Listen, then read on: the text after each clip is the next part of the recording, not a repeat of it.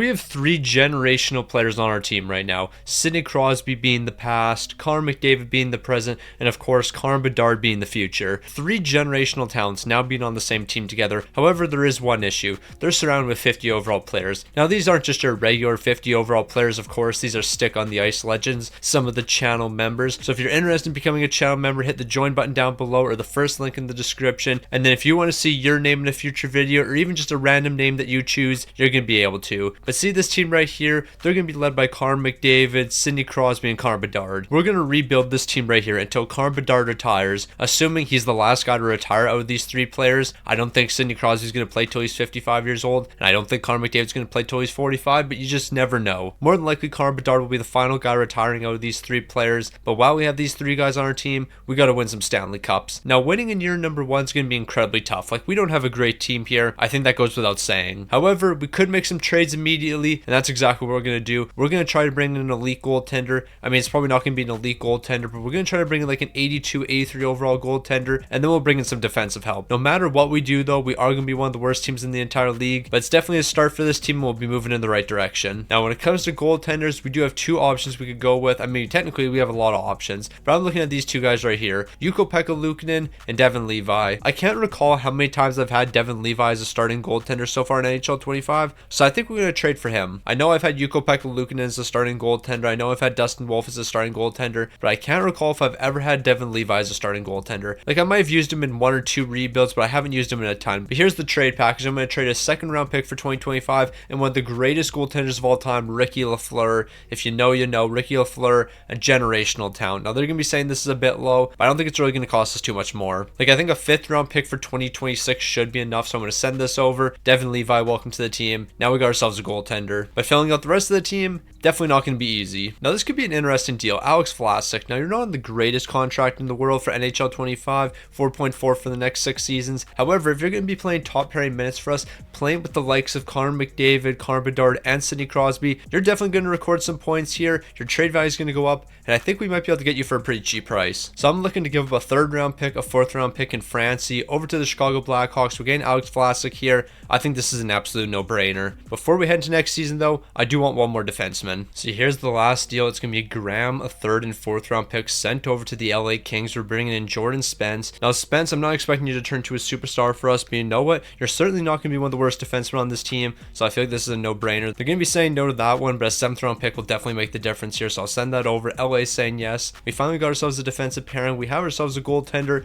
Let's go lose a majority of the games because we're still not going to be that competitive. So here's the team we're looking at. Of course, Connor McDavid, Sidney Crosby, Connor Bedard. We know that's going to be the first line. And I think it goes without saying, out of all these guys, of course, Sidney Crosby has to be the center. He's an elite face-off man. He's clearly better than these two guys right here. So that's a no-brainer. When it comes to the defensive pairings, Vlasic, Spence, you guys are going to be the two guys leading the way here. Then when it comes to goaltending, Devon Levi, you're going to be our starter. We all know what's going to happen this season. Like, we all know we're going to be incredibly bad. But next season, after we make a ton of free agent signings, I think we're going to make some big strides. So you already know what we do around here. It's 5-on-5 focus. We get that offensive awareness up. We get that defensive awareness up. So you already know what we got to do here. It's time to simulate the entire season. But while we do that, are you part of the 60% people that aren't subbed to the channel? That's absolutely ridiculous. You're watching the videos right now. You see the amazing Vladimir Tarasenko jersey I'm wearing, and you're like, wow, what an incredible jersey. I have to subscribe just because of the Vladimir Tarasenko jersey. And honestly, I would respect you if you did that. So if you haven't already, subscribe to the channel. Now, if I told you we were dead last in the entire league, would you really be surprised?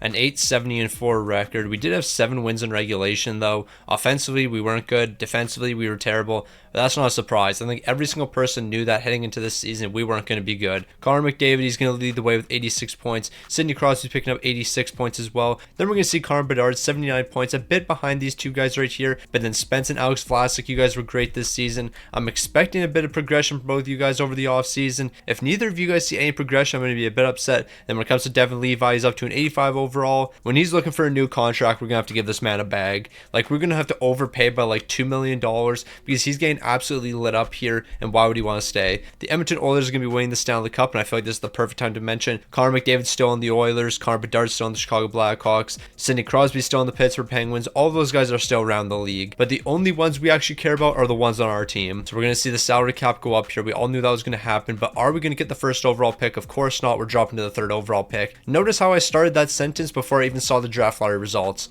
I just knew it was going to happen. Now we do have to pay a little bit of attention to players retiring, but it looks like Gunnar Storm's going to be calling it a career here at 27 years old. He's got some good years left in him. I don't know why he's retiring right now. But Connor Bedard, Sidney Crosby, and McDavid are all sticking around for another year. I think we all expected that. Now, when it comes to the draft here, I actually really don't care which player we get. Like, no matter what we get here, we're going to be getting a great player. But I've already decided on who I'm bringing to the team. That's going to be Frondell. I have never had Frondell on my team so far. Throughout the entirety of NHL 25, I don't think I've ever had Frondell on the team. So now he's finally going to be joining the team here. We're drafting him 3rd overall. That's going to be a great selection. And then our next pick is going to be coming in the 5th round here because we trade absolutely everything else away. You know what? That's not the end of the world though, because we are going to get a lowly potential gem right here. Yeah, I'm drafting him like 30 picks early, but here's a lowly potential gem. I want to make sure we're bringing him to the team. And honestly, that's not the end of the world because we are getting another lowly potential player. It's just been great draft pick after great draft pick here. Yeah, we only had 3 picks, but every single player we drafted has elite potential, whether that's medium elite or low elite.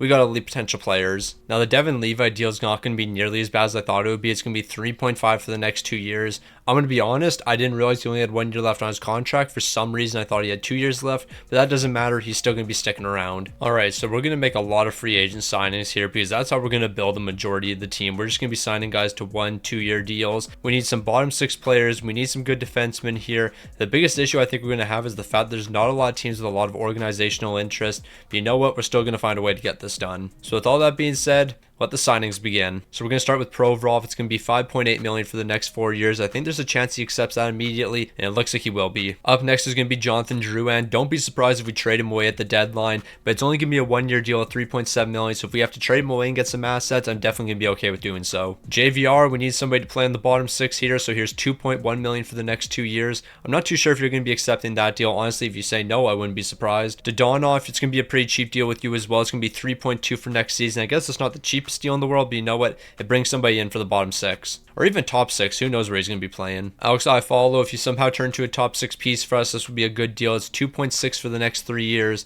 Considering you're 31 years old, I don't think you're going to be a top 6 piece for us in the future. Samsonov, we need a backup goaltender, so here's 1.5 for the next 2 seasons. He's going to be accepting on the dot. We definitely need a defensive defenseman here, so Will Borgren, this is a no-brainer. 2.7 for the next 2 years. And then right beside Borgren, pretty sure I saw Foxa, and honestly, I think that would be a great pickup as well. He's interested in joining the team, and it looks like we can do under $2 million, but he wants a 9-team no trade. You know what? I'll give that to you. 9-team no trade. Foxy, you're going to be joining the team here. Perbix is one of those guys who I brought to the team in the past, and somehow he always turns into a superstar. So here's 2.5 for the next 3 years. Hopefully you turn to that star player I'm looking for. Victor Olofsson, we're going to do an extra year in your contract, but I'll give you an extra $125K for that. So this one will be $1.2 million for the next 2 years. Anisimont, we need some more players on this team, so here's 1.7 for next season. Sandberg, you're a really cheap defenseman, so 1.7 for the next 3 years. That's an absolute no-brainer for me. More than likely you're going to be accepting that. I don't think anyone's going to give you more than that, but you know what? You never know what's going to happen. And if we can't get Sandberg, I guess we'll just bring this guy to the team. It's 1.6 for the next 2. Mason Appleton, you're only 29 years old, so I can definitely commit 2.4 for the next 3 to you. That contract should age pretty well, especially if you're going to end up playing top 6 minutes. We'll probably trade you away when your trade value is a bit higher. Nick Dowd, this is an incredibly cheap deal as well. 1.7 for next season. Yeah, you're 35 years old, but you can play your role here. I believe in you. And then because I've completely lost track, we're going to do 2 more deals here. Pontus Holmberg has to be one of them. Like, that's an absolute no-brainer. We might even give him 3 years. We'll do 3 years at $1.2 million. Pontus Holmberg, an absolute steal. Yeah, we're not going to get a better deal than that. Actually, I got to take that back because this next deal might be even better. Will Cooley, yeah, I'll do a multi-year deal with you. It'll be 2 years at $2.3 million. So Cooley's coming to the team as well. With the amount of talent on our first line, we actually might be able to sneak into the postseason now. So I guess that's going to bring up the question, how good are we going to be in the year 2027? Because we could trade our first round pick for 2027, our second round pick for 2026. That's going to have a lot of trade value. And by doing a deal like this, we should be able to pick up another star player. So I think this is a deal. We're going to try a first round pick and a second round pick over to the Calgary Flames. Now, we're not bringing in a superstar, but Sharon Govich would definitely not be a bad pickup. 86 overall. We're also going to get Honzek in this deal. He's an 80 overall, 20 years old. He's going to develop into a really good player in the future. So I'm okay with giving up our first round pick in a deal like this. Now, they're going to be saying no, but what else do I have to give up? Like, we're really close in getting getting a deal like this done. So maybe I just do a first and second rounder for 2027. By this time, we're going to be a good team. We're going to be competing for Stanley Cups. So I never gave up anything that's too valuable. But let's not get too far ahead of ourselves here, because we do have some superstars to keep around, one of them being Connor McDavid. So we're going to have to give Connor McDavid an absolute bag here, $9.5 million for the next 7 seasons. I don't know how we're going to be able to handle that contract. Like, man, comparing it to the contract he has right now, that's so expensive. And then we got Connor Bedard up next. How are we going to be able to afford all of these guys? These are such taxing contracts, like $9.3 million for the next 8. This team's never going to be able to survive. No, but real talk, we absolutely finessed those 2 guys. So the real question heading into this season, Sidney Crosby, Connor McDavid, Connor Bedard, can you lead this team to the postseason? Because I actually think we have enough depth here where we might be able to sneak into the postseason, maybe even just get into a wild card spot. Defensively, yeah, we're not a superstar team here, but we do have some valuable options that we can run here. So we're good enough defensively. In between the pipes, we have 87 overall Devin Levi. There's no reason this team shouldn't make the postseason. If we don't make the postseason, though, we all know we have to blame our head coach. We don't have the greatest head coach here, but you know what? We're going to make it work. Also, barring how good we are, we actually might not be getting rid of Jonathan Drouin at the trade deadline. If we're competing for a Stanley Cup, we're holding on to him. Well, it was made very clear. If you trust the top 3 guys, Connor McDavid, Sidney Crosby, Connor Bedard, you will definitely win games here. I'm surprised that we're not in the top 10 here. Where is the Portland Pirates? Where are the Portland Pirates? It looks like we're 11th, a 37-19-6 record. This is why I thought we were a bit better. Like a 39-16-6 record is really good. Then again, I guess you do have to consider we have played significantly less games on a lot of the teams. Like, Portland's played 9 games less than the Boston Bruins, and we're only behind them by 6 points. So that's actually a good thing. We have a lot of games in hand here. The team's actually looking really good. Our offense is amazing. The defense is also pretty good, but we could use a bit of an upgrade there, and I think that's what we might do. Offensively, we're spectacular. Sidney Crosby leading the way, 87 points. That's the past. Then we go to the present. Connor McDavid, 30 goals, 54 assists, 84 points. And then the future's just right behind them. 31 goals, 44 assists, 75 points for Connor Bedard. These guys are holding it down big time, but we do need to be a bit better defensively. Devin Levi are doing everything you can so far in between the pipes, and you've been looking pretty good. Let's go see if we can get an upgrade. Not in the goaltending department, of course. Like, he's doing his thing. We do need a good defensive defenseman, though. So do we trade our first round pick for 2026 for Jacob Chychrun? That'll mean we'll have no first round picks for the next 2 years, but I wouldn't be against that. Like, Jacob Chychrun would be a great player for us, and I wouldn't hate that. Like, I could trade Jonathan Drouin away, but he's actually looked really good for us in the bottom 6, so maybe I don't want to do that. However, Anisimov, you are a healthy scratch, so I can throw you into this deal. And is this going to be enough for Jacob Chychrun? Yes, it will be. So Jacob Chychrun, welcome to the team. The boys are ready to go on a deep run. Now, before we get too far ahead of ourselves, there is one guy that we do have to bring back here. That's going to be Jordan Spence. He's going to be one of the key defensemen for us in the future. $7.1 million, though. I don't know how I feel about that. I'm going to be honest. I don't think you're worth $7.1 million. We're going to hold off on that. That is a tough deal. That is definitely a tough deal to get done. So after making that move for Jacob Chychrun, the Portland Pirates are going to finish 3rd in the entire league, a 49-23-10 record. The team was absolutely flying. The offense was great for us. The defense was still very mid, but you know what? We'll work on that in the future. When it comes to Sidney Crosby, though, I got some bad news. He has dropped 1 overall, only elite potential now. The King's fallen off here. Connor McDavid's still looking amazing. He's picking up 110 points. Connor Bedard 100 points. But yeah, we're about to lose one of the big 3 here. That's going to be a sad day. Jonathan Drouin, you were a great pickup, though. 59 points so far. You've been that guy. Sharon Gosh, 59 points. Clearly, the first line led the way. Without these guys, we're not seeing that much success. When it comes to goaltending, Devin Levi was an absolute stud. 47 wins, 5 shots, a 909 and 289. I'm going to need you to step up in the postseason. I need the defense to step up in the postseason. I need this entire team to step up in the postseason. We're going to have the Utah Hockey Club in the first round. It's a battle of basically the exact same jersey colors. Yeah, that's a tough look. I never really thought about that until this exact moment. We have the exact same team colors as Utah, but that doesn't matter because clearly we're the better team. We have a 3-1 series lead. We're going to take Utah down 5 games here, and we're going to make sure that Sidney Crosby gets a Stanley Cup here. Like, one of the unofficial goals in this video is we need to win a Stanley Cup with Sidney Crosby, Connor McDavid, and Connor Bedard all on the same team. And then once Crosby retires, McDavid and Bedard, they got to get a Stanley Cup together. And then once McDavid retires, Bedard's got to get a Stanley Cup on his own. We have to basically win in every single fashion imaginable. We're moving on to the second round. We got the Edmonton Oilers up next. Edmonton's still going to be tough because they still have their Connor McDavid. So it's going to be Connor McDavid versus Connor McDavid. Which Connor McDavid is going to be coming out on top? It's probably going to be our Connor McDavid because we have Devin Levi in between the pipes. I'm sorry, but we're not losing to Stuart Skinner. That's just not going to happen here. We're making a big comeback. We're going to win in game number 6, and then we're going to move on. Am I really surprised that we dropped that game right there? Absolutely not. We're off to game 7. But I'm sorry, we're not losing to Stuart Skinner here. We are not going to lose to Stuart Skinner in the second round. Somebody find the back of the net. Pontus Holmberg is scoring goals here. Where's the rest of this team? Connor Bedard, you're doing your thing. You're picking up a goal. I need a McDavid goal. I need a Crosby goal. I need these guys to show up when it matters. Okay, McDavid actually picked up 2 goals. Spence picked up a goal and we won. That was pretty easy. I mean, what am I talking about? That was the opposite of easy. We went to game 7. Definitely shouldn't have gone to game 7 there, but you know what? We're moving on. And now we have the Dallas Stars. Dallas is a pretty solid team. I believe they were a top 3 team. I think they were. Honestly, I don't even remember. All I know is Dallas is going to be an elite team and they're putting the pressure on us. We're off to game 5 elimination. Things are definitely not going our way. But you know what? I still believe that we can make the comeback here. We have 3 elite players and they're going to lead the way for us. As long as we can find the back of the net in the third period, once again, we're trailing by 2 goals. McDavid, it's time for you to take over once again. Okay, why was Bedard really the only player to show up here? In the postseason, Bedard's picking up goals, but nobody else is. We're dropping this one 5-3. What happened to our big 3? Bedard's really the only one that showed up. Now that loss is going to hurt a lot here because Sidney Crosby's only going to be getting worse from here on out. So I can't guarantee this team's going to be any better heading into next season. But you know what? We're going to find a way to succeed. Sidney Crosby's leading the way here at 38 years old. He's going to be the best guy, but he's dropped to a 92 overall. So he's dropped 2 overalls. He's probably going to be down to a low 90, maybe a high 80 by the beginning of next season. Connor Bedard was looking amazing. Even McDavid was looking pretty solid here. It's basically everyone outside this big 3. But you know what? We're going to have some great players jumping into that lineup next season. We're going to see improvement from the entire team. I'm not too concerned. I mean, I'm a bit concerned in these Devin Levi numbers because they're not good. But you know what? The boys will bounce back. Okay, I'm not going to lie, but this is actually very confusing. Jonathan Drouin, I'm going to offer you a contract here. Your asking price is $4.7 million, but you have no interest in that contract. Yeah, that doesn't make any sense to me. Like, I don't know how that works. We're going to move on to Spence here. And what's he looking for? $7 million for the next 2 years. You know what? We'll do a bit less than that. How about we do $6.3 million for the next 2 years? I know that is a bit expensive for you, but you know what? You're one of the best defensemen here. I want to make sure you're sticking around. Drouin, you're going to be walking. We're only going to be losing 3 players. But why am I talking about this right now? We still have to simulate to the draft. So we have some good and some bad news. The good news, Sidney Crosby is going to be sticking around for another year.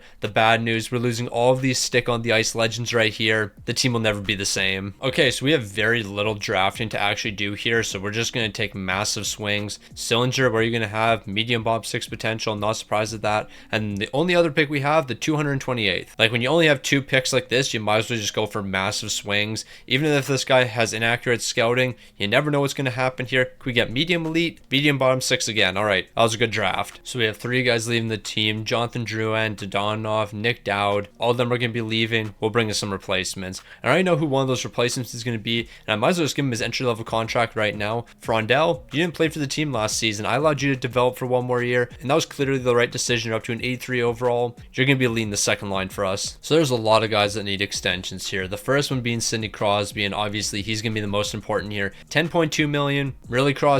You need $10 million to stay on this team. Here's $10 million for 1 year. Couldn't have thrown us a bone or something. Hanzek, you know what? You're going to be a great bottom 6 piece for us in the future. You might even be a top 6 piece. Who knows? But I'll give you 2.4 for the next 2 years. Borgren for a third pairing defenseman. I don't mind you here, but you know what? This is a bit expensive for me. Do I want to give you 3.6 million? We can do 3.6 million for 2 years. And the reason we're doing that is because I can get Cooley for really cheap here. That'll be 1.4 for the next 2. Actually, I'll just do 1.5. That's what you're looking for. It's not going to be the end of the world. Foxa, I'm not going to bring you back to the team. Olsen, you're probably not coming back. Alexeyev, you're not going to be coming back to the team either. Yeah, we're not going to worry about these extensions. When it comes to goaltending, though, we do have to worry about this deal right here. Devin Levi. Oh yeah, this is an absolute steal. 5.6 million for the next 4. Don't mind if I do. Okay, I don't know if this is a glitch. Like, I don't know what it is. But Patrick Laine, I want to bring you to the team here. For some reason, giving you exactly what you're looking for here. I still haven't maxed out your contract interest bar. Don't know why that's the case here. But what if I give you 4.8 million? Does that increase it at all? Barely. All right, I'll give you a bit higher trade protection. How about we do 50%? I'll do 50% trade protection. I don't know what else I have to give you here. Maybe 4.9 million. I'll do a clean $5 million.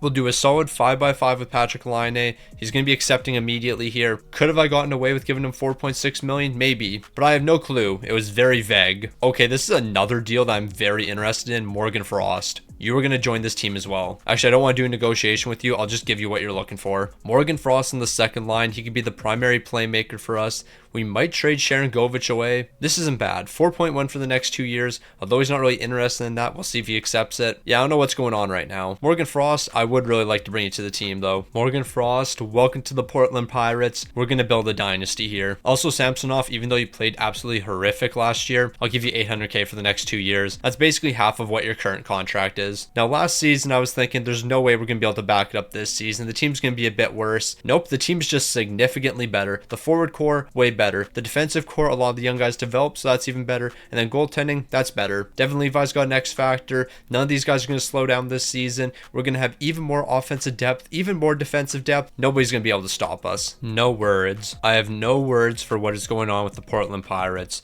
You cannot convince me this team is significantly worse than last season. We're 16th with a 34-28-4 record. You cannot convince me this team's not quite as good. We're better. The Portland Pirates are a better team all around. I don't know what's changed here, but we're not the same team. McDavid, Crosby, Bedard, you guys have folded. Laine, Morgan Frost, Frondell, you guys have actually been a solid second line. I'm not going to complain about these guys right here. These guys have held up their end of the bargain. It's the top line players. Sidney Crosby, are you not that guy anymore? You've dropped him top 6 potential, 89 overall, but you're still a serviceable player. Connor McDavid, you're still a serviceable player. Connor Bedard, you're still a serviceable player. I don't know what's going on with this team. I completely forgot to look at the goaltending numbers, but I'm scared to look at those. They can't be looking that good. The goaltending numbers from Devin Levi actually are good. A 918 to 262. So I don't know what's going on here. I guess we can't find the back of the net. I don't know what's going on with this team. I don't really want to make any trades. We're just going to rock with the team we have because I do believe the Portland Pirates are a good team. We just got to figure it out. Like, we're running the same coach. We're running virtually the same lines. A majority of the team is the same. So I don't know what really changed for us. I don't know why we're just losing a lot more games this season. So I would like to say the Portland Pirates just completely turned it around and we were a great team. I wish I could say that. Unfortunately, I can't though. 14th in the entire league, a 44-33-5 record. We're bringing in a new coach next season. It's actually really weird. Last season, we were a really good offensive team, but poor defensively. This season, a really good defensive team, poor offensively. I don't know why that flipped. Like, it's basically the exact same team. Like, how many new players do we actually have on the team here? McDavid, he was on the team last season. He's leading the way with 96 points. Crosby was on the team last season. He's coming in second with 86. Connor Bedard on the team last season, 82 points. Patrick Laine, he's a new addition to the team, and he's looking pretty solid here. Morgan Frost, 45 points. Maybe it could be a bit better. Frondell, that's a new addition. So I guess you could say the entire second line is different. Outside of that, every single player on this team was on the team last year, like literally everyone else. The goaltending tandem's the same, the defense is the same, all of that is the same. But for some reason, we just performed significantly worse. We have a tough matchup in the first round. We have the Edmonton Oilers. This isn't going to be easy for us. Like, Edmonton put up a big fight against us last year. They took us all the way to 7 games. I don't want that to happen again. We're exchanging the first 2 games. Game 3 is going to be a big one. We're going to win that. Can we take a commanding 3-1 series lead? What am I talking about? The Edmonton Oilers are complete frauds. We'll take them on 5 games and moving on to the second round. It's that easy. So we took down the Edmonton Oilers. They might have been the favorite in this series, but we absolutely dominated them. So maybe Portland's turning it around. Maybe they're just a team that shows up in the postseason. They better be. We have the number 1 Vancouver Canucks headed up next. That team's not going to be easy. I mean, I say the number 1 Vancouver Canucks. They're not the best team in the entire league. They're the number 1 seed. They won the Pacific Division, but that's neither here nor there. Who's going to show up when it matters most? It looks like it's the Portland Pirates. Can we take a 3-1 series lead? It doesn't look like it. We're dropping back-to-back games. Let's not make it 3 straight losses, though. We're turning it around in game number 5, and we're going to close out in game number 6. I know what Portland does. They allow themselves to go to game 7 because we're going to choke in game 6. But here we go. Game 7 in the second round yet again. Portland, I would need you guys to show up again, and Patrick Laine is going to be that guy for us. In the second period, Spence is picking up a goal, but the Vancouver Canucks are going to find a way to respond. Connor McDavid hasn't scored in this one. Crosby hasn't scored. Connor Bedard hasn't scored in this one. One of them scoring in the third period. I take it back. One of them's going to score in overtime here. Right? One of them's going to score in overtime. Clearly, one of them's going to step up in the big-time moments. And we're not going to follow the Vancouver Canucks in a 7-game series. No, that won't happen. One of those generational talents is going to find a way to step up in the big-time moments, and we're going to move on to the conference finals. That's going to happen. I fully believe it. Yep, we're going to win that game, and we're going to move on to the conference finals. That's definitely going to happen. There's no way we're going to lose in Game 7 to the Vancouver Canucks. There's no way the Vancouver Canucks are going to win the Stanley Cup here. That's not going to happen. I refuse to believe that's going to happen. No, real talk, what just happened? Like, what happened to this team right here? Oh, I know what happened. Connor Bedard picked up 5 points. That's what happened. McDavid, you were mid. Morgan Frost was really good. Laine was really good. Frondell was really good. Ironically, the second line that struggled during the regular season was our best line. I'm happy to say Sidney Crosby is going to be returning for another season, so we got another year with Crosby. We're going to keep him on this team till he's 40 years old. But yeah, what happened there? What really happened? Now, isn't that a massive shame? I accidentally had the recording paused, so you're not going to see the 5 high elite potential players we drafted. Actually, sorry, it was 4 high elite potential players and 1 high franchise. But since the recording is paused, there's no way for me to prove that I got those prospects. Oh well. I mean, I technically could go to the unsigned prospects section when we go to the re-sign phase, but you guys don't need to see that. You don't need to see those players. So we have a handful of guys leaving the team here, but nobody's super notable. When it comes to the goaltending, nobody's super notable there. So really, we're not losing anyone. So we got to work on re-signing some players here, and there's a handful of players I want to make sure we bring back. Sidney Crosby, of course, I can't give him his deal right now, but you know what? I could give Jacob Chikrin an extension, and I wouldn't mind keeping him on this team. Jacob Chikrin, you're going to be a key defenseman for us in the future. So how does 6.9 million sound? Actually, we can do less than that. How about 6.5 million? Can we do 6.5 for the next 6 years? That's a pretty good deal. So Jacob Chikrin's going to stick around here. It's not too much more money he's getting paid right now. Then when it comes to Spence, we're actually going to be saving money in a deal like this. So with the money we're saving with Spence, that's going to go to Jacob Chikrin. We're going to do 6.3 million for the next 4 years. Actually, that turns out to be the exact same deal. For some reason, I thought we gave him $7 million. I guess not. I mean, he was asking for $7 million.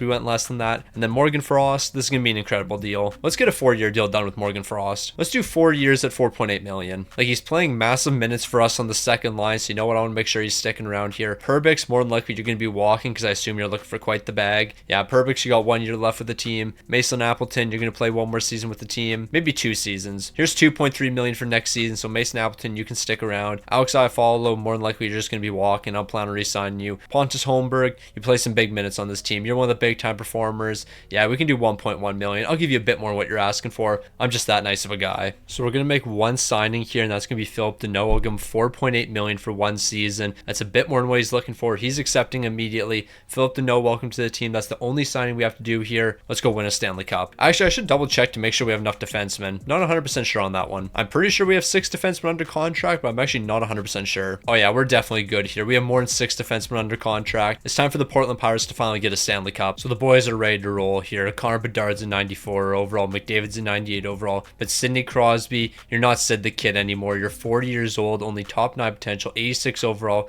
This might be the last chance for you to get a Stanley Cup, and you know what? I can guarantee you're going to get a Stanley Cup here. We're going to absolutely dominate the league. Devin Levi, 90 overall. What a great trade that was. He's even got a superstar X factor. We're ready to dominate this league. We're getting a Stanley Cup. Sidney Crosby, you're taking 1 more home. Now, you might be thinking I'm incredibly upset with the Portland Pirates not being a top 5 team right now, but it's actually the very opposite. I'm incredibly impressed with this team right now because we had one of the worst starts imaginable. Like, we were 15-15 at one point. Like, this team was not winning games, and then we turned it around. We've been one of the best teams in the entire league since the 30-game mark. Over the past 35 games, no team's been able to compete with us. Connor McDavid, he's going to lead the way here. He's got 34 goals and 49 assists for 83 points here halfway through the season. I guess it's well over halfway through the season, but that doesn't matter. Connor Bedard, he's got 78 points, 31 goals, but Sid the Kid, you're not Sid the Kid anymore. 84 overall. You lost all your X factors except for one. He's not that guy anymore. But you know what? We have a lot of guys stepping up here. We have a couple guys ready to step up into the lineup when Sid the Kid's gone. But you know what? He's still here right now, so that means he can still get 1 more Stanley Cup. We have a couple guys on expiring deals, so I wouldn't mind making a trade here if we can find something reasonable.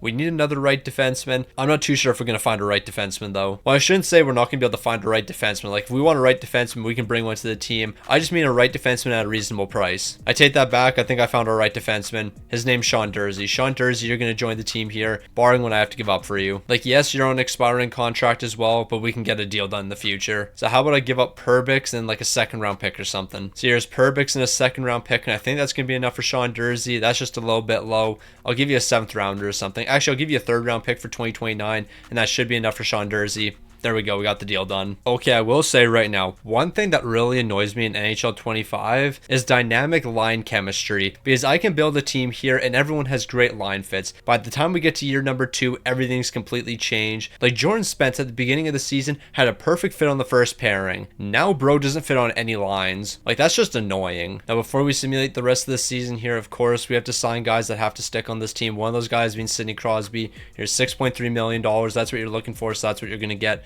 Sean Durzi, I'm kind of hoping I can keep you around here, but 6.9 million, I don't know about that. Actually, you know what? That's not the end of the world. How about we do $6 million for the next 6 seasons? Are you willing to sign a 6x6? It looks like you are. So we'll do a 6x6 with Sean Durzi, and then Jordan Spence, I think I'll actually trade you away. Okay, we're going to look at stats and everything a bit later. Right now, we split the series with the Vancouver Canucks. We have to win game number 5 here. Please win game number 5. This team needs to go on a deep postseason run. We can't lose here. Something historic happened after the trade deadline, but the problem was it was historic in a bad way. Man, this team was something else. We're going to win this game against Vancouver. We're forcing game 7. Let's win the Stanley Cup, and then we can talk about what happened in the regular season. So we got game 7, Portland taking on the Vancouver Canucks. Vancouver scoring 3 goals in the first period. We're exchanging goals in the second. This one's all over. Okay, let's talk about what happened after the trade deadline. I have never seen a team be this incredibly bad after the trade deadline. So how many games did we actually win after the trade deadline? We won 1 here. LA is going to make it 2. The Detroit Red Wings are making it 3, so I actually counted this game. For some reason, I thought I didn't count this game. And then the Boston Bruins. So 4 games.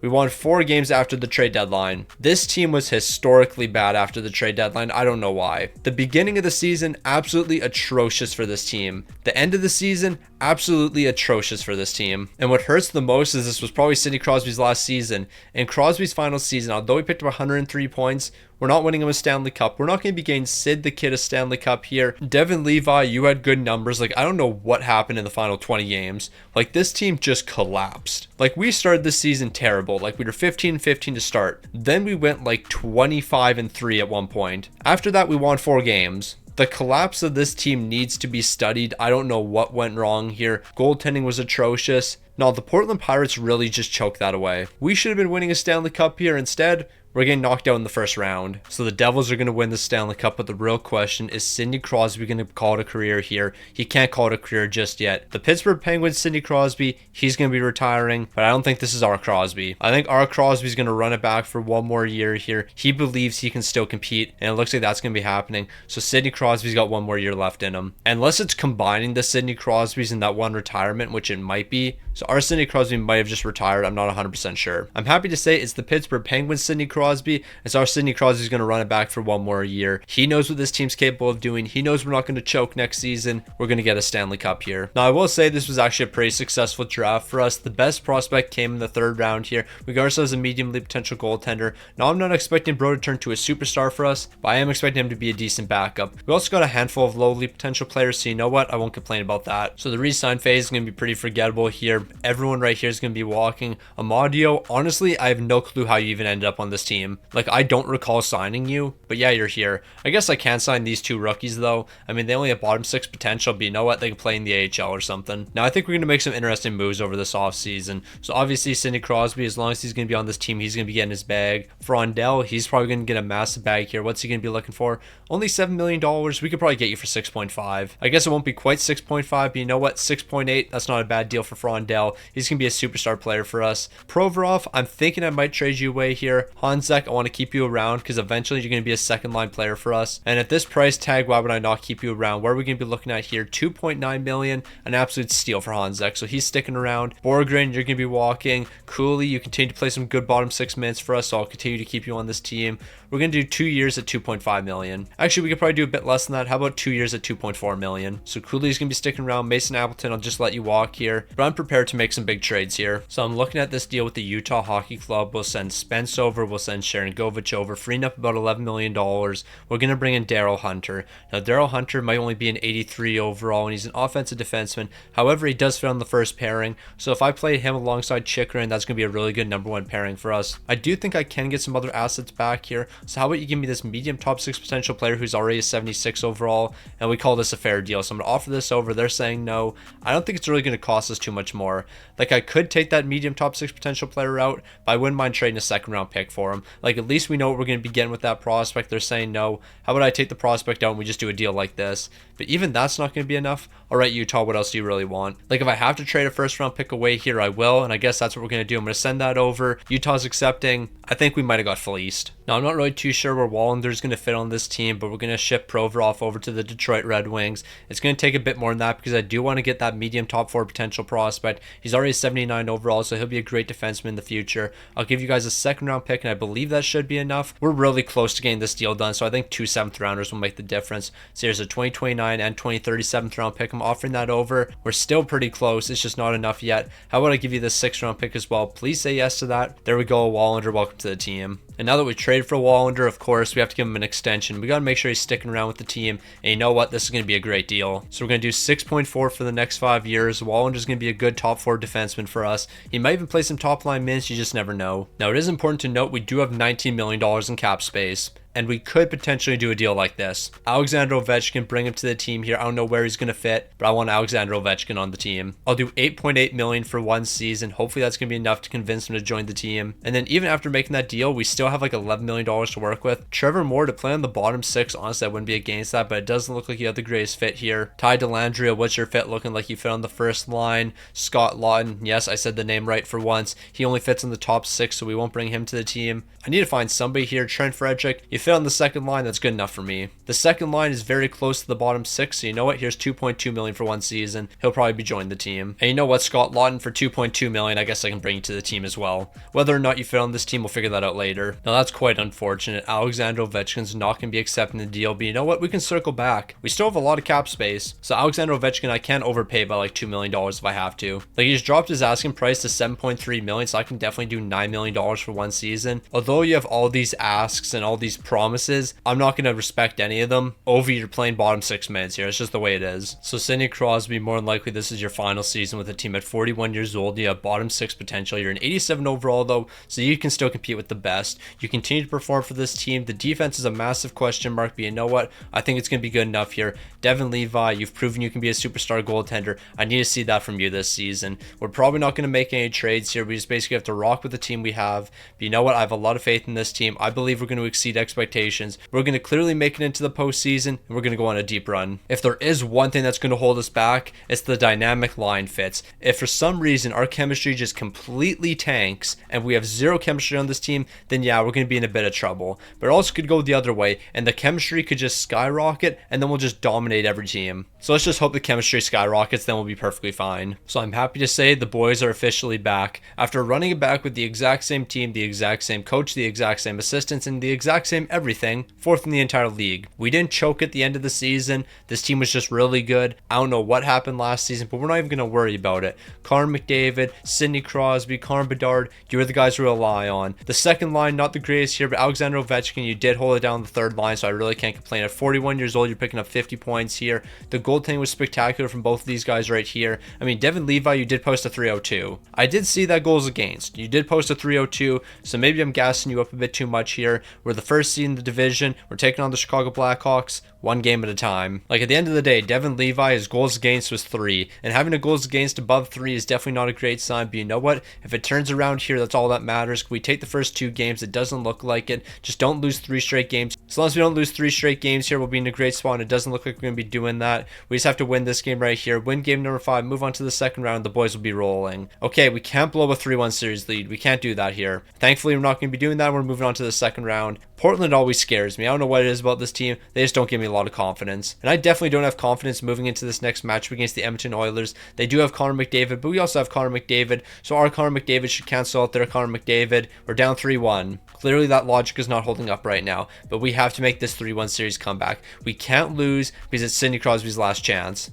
Sidney Crosby's last chance with the boys. We can't be folding here. And who is picking up the first 3 goals of the game? I just have to highlight this. Sidney Crosby, Connor McDavid, Connor Bedard. Yeah, we're winning a Stanley Cup this season. Crosby's picking up another goal. He's not going out like this. Crosby knows if we want to win a Stanley Cup with him, he's got to lead the way. At 40 years old, and Alexander Ovechkin at 43 years old, these are 2 of the guys that have to lead the way for us. They might not be the same players they used to be, but in the big time games, they're going to step up. We're forcing Game 7. We have Game 7 ahead of us. We've been locking down their Connor McDavid, but that could change really quick. It all comes down to this. Game 7. The Portland Pirates taking on the Edmonton Oilers. We're making a 3-1 series comeback. We can't fold in the final game. Bouchard's picking up the first goal. We're exchanging goals. Connor McDavid on the Edmonton Oilers Sabres finally found the board. But you know what? We're going to score 3 in the third period. Watch this team absolutely dominate. We actually scored 4. Okay, I was trying to gas this team up, talking about how we're going to score 3 goals, knowing we definitely weren't going to do that. But we actually scored 4. I don't want to stop here. We've just won 3 straight games. The boys are on a roll right now. We have the Minnesota Wild up next. We're not stopping. The Portland Pirates might have figured it out here. Sidney Crosby leading the way. I think that's what we had to do the entire time. We just had to let Sidney Crosby lead the way here. Yeah, Connor McDavid is the present, and yeah, Connor Bedard's the future. But you know what? But the past is going to show us how to do it. He's the only one of those 3 guys who's won a Stanley Cup, and he's won a handful of Stanley Cups, and he's about to get one more. We've made it to the Stanley Cup final. We have to close it out here.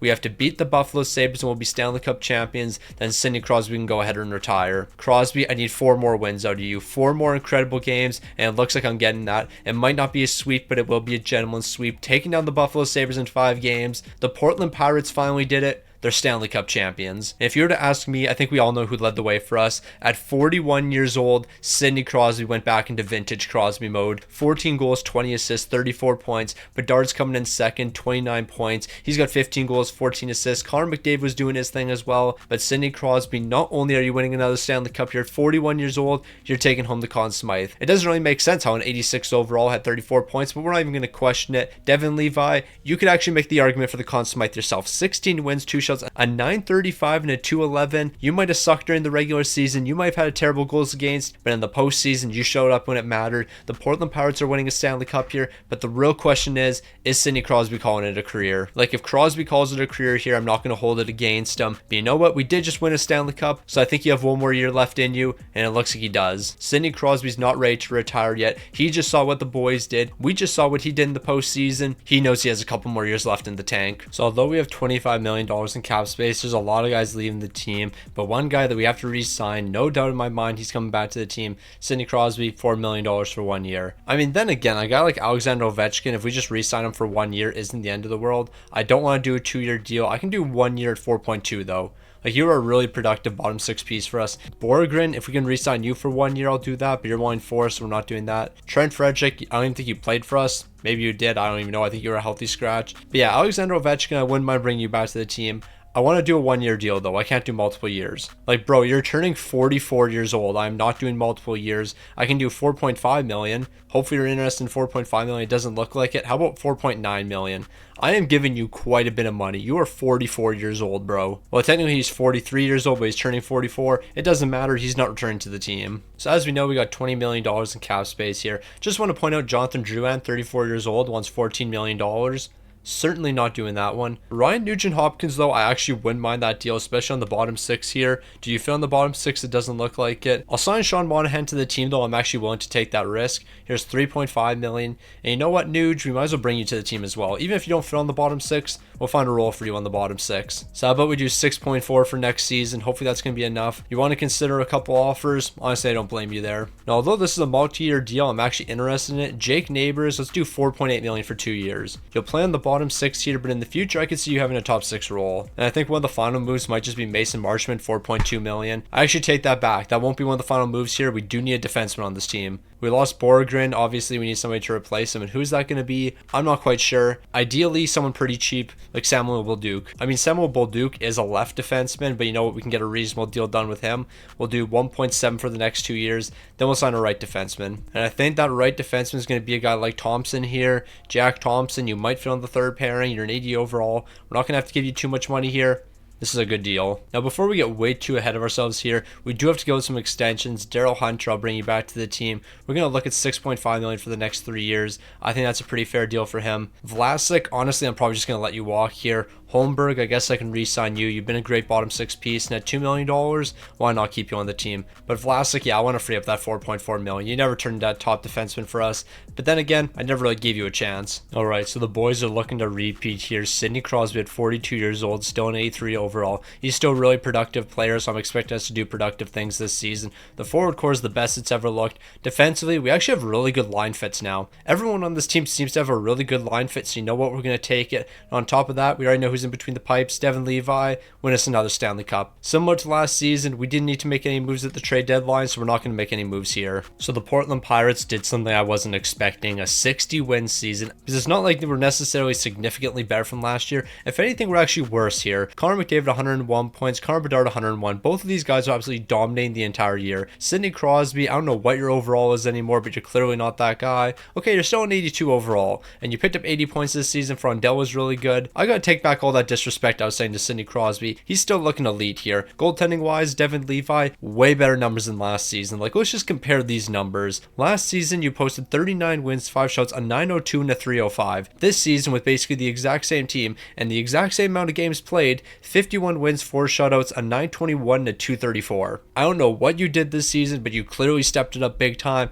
but it's fortunately going to come to an end. We had the St. Louis Blues in the first round. We don't even need to look at the rest of the playoff bracket. We all know what's going to happen. Like, I'm wearing the St. Louis Blues jersey. In one of our last matchups against the St. Louis Blues, we lost that one. But maybe Portland's just way better than I thought they were. Okay, we're sweeping St. Louis and we're moving on to the second round. But if we're being honest, a sweep against a wildcard team doesn't really prove anything. The Edmonton Oilers, that'll be a tougher matchup. Or at least it should be. Now, I fully believe that the Edmonton Oilers will be a tougher matchup. But you know what? The way the Portland Pirates are playing, I don't know if any team's really going to be able to compete with us. We're stealing the first 2 games. We're dropping back-to-back games after that. Let's not make it 3 straight losses. Okay, what are we doing? We're supposed to be the best team in the entire league. We're about to lose 4 in a row. Portland, you're not known for choking like this. Like, if anything, we're the type of team that's going to step up in the big-time moments. Okay, we scored 8 goals in this game. Yeah, that definitely proves something. I think that proves we've just been messing around with the Edmonton Oilers. Like, we beat this team 8-0. You don't come back from losing 8-0. Like, there's no way Edmonton's going to bounce back in this game right here. It's going to be a scoreless first period. In the second, we're eventually going to find the back of the net. Edmonton picked up 2 straight goals, but we're responding with 2 straight of our own. We're going to make it 3 unanswered, though. We're going to pick up a goal in the third period. Just kidding. We're going to pick up a goal in overtime here. At least that's what the plan was. But the wrong Connor McDavid scored. Connor McDavid's eliminating Connor McDavid. It just isn't right. In theory, I probably should have removed Connor McDavid, Connor Bedard, and Sidney Crosby from their respective teams, but I forgot to. And that is literally the only reason I did it. The plan was to take those guys off their respective teams. I just forgot to. And if I'm being honest, I just didn't want to restart the video. So yeah, we're going to have to live with that. Connor McDavid beat us, and Connor McDavid won a Stanley Cup. It's just not right. So not only did Connor McDavid win a Stanley Cup, but the real question is, Sidney Crosby, is that it for you? Like, you're 42 years old. I can't see you coming back for another season, but you're an 81 overall. Like, literally anything can happen here. If Sidney Crosby comes back, I wouldn't be overly surprised. Bro just continues to be that guy. Also, I guess we should double check on Devin Levi's numbers. Like, in the first round, he was incredible. In the second round, obviously things completely fell apart for us,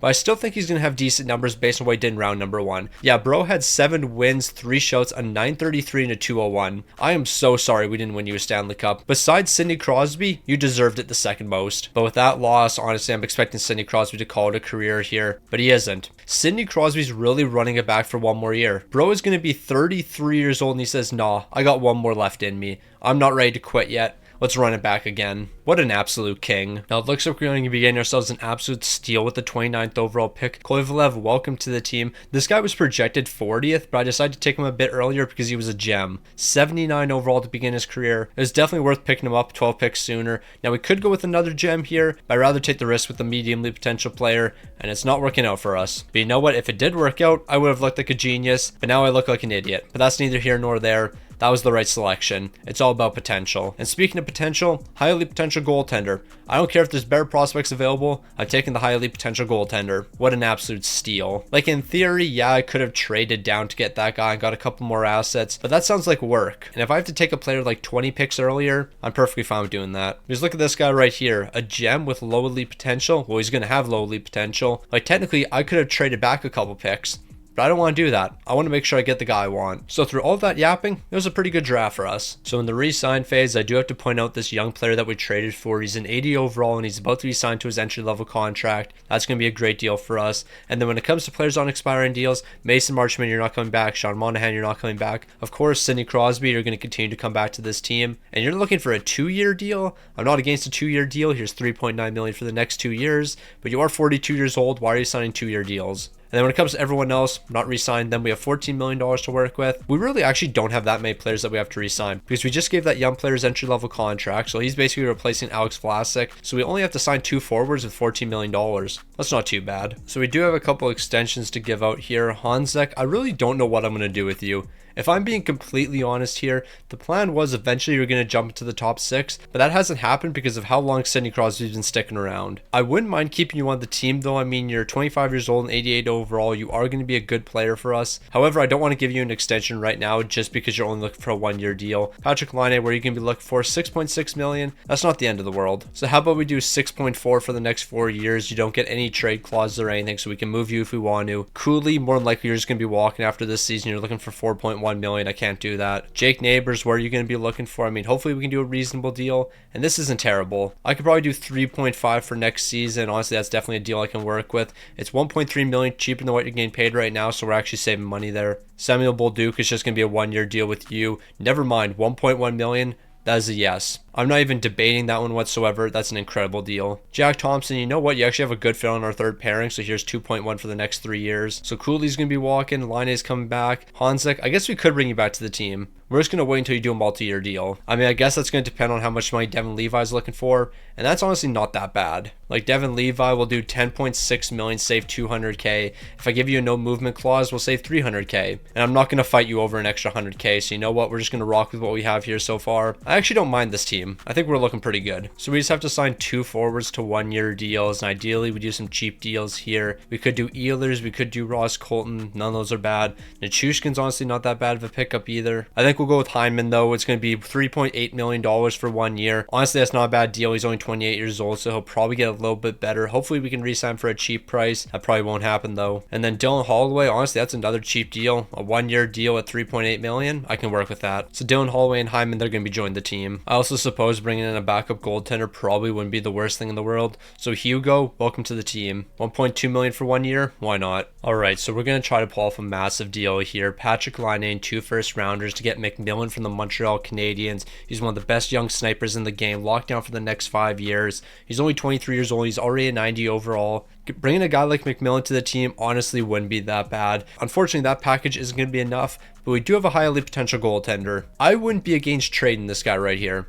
If I trade him and we can get McMillan, it's going to be worth it. Could have I gotten a 2nd round pick back? Absolutely. But we just got the guy we want. We got the guy we need here. And now we're ready to win another Stanley Cup. Now, I'm going to be honest, I didn't think we'd see something like this happen. But Sidney Crosby, AHL top 6 potential, 82 overall, that's not the thing I'm surprised about. I'm surprised at the fact Connor McDavid is declining while Sidney Crosby is still on the team. Because Connor McDavid now is 33 years old. We don't know how many years he has left. Sidney Crosby's abnormal. He's playing till he's like 44 years old. Connor McDavid might retire at 37. So for all we know, bro's going to retire in 4 years. We might lose Sidney Crosby, and then just 2 years after that, be losing Connor McDavid. But you know what? If we're going to be losing these guys, we better win some Stanley Cups here. The defensive core is looking amazing. Goaltending's fantastic. You already know what we're doing here, simming to the end of the season and winning a Stanley Cup. Now we're going to be finishing 2nd in the entire league here, but it should have been 1st. If this team could only win a game in either overtime and a shootout, we would have been 1st in the entire league. But we just didn't do that this season. We lost 14 games in either overtime or a shootout. It's ridiculous. The one thing I am curious about, Connor McDavid, have you declined at all? You've dropped to a 95 overall.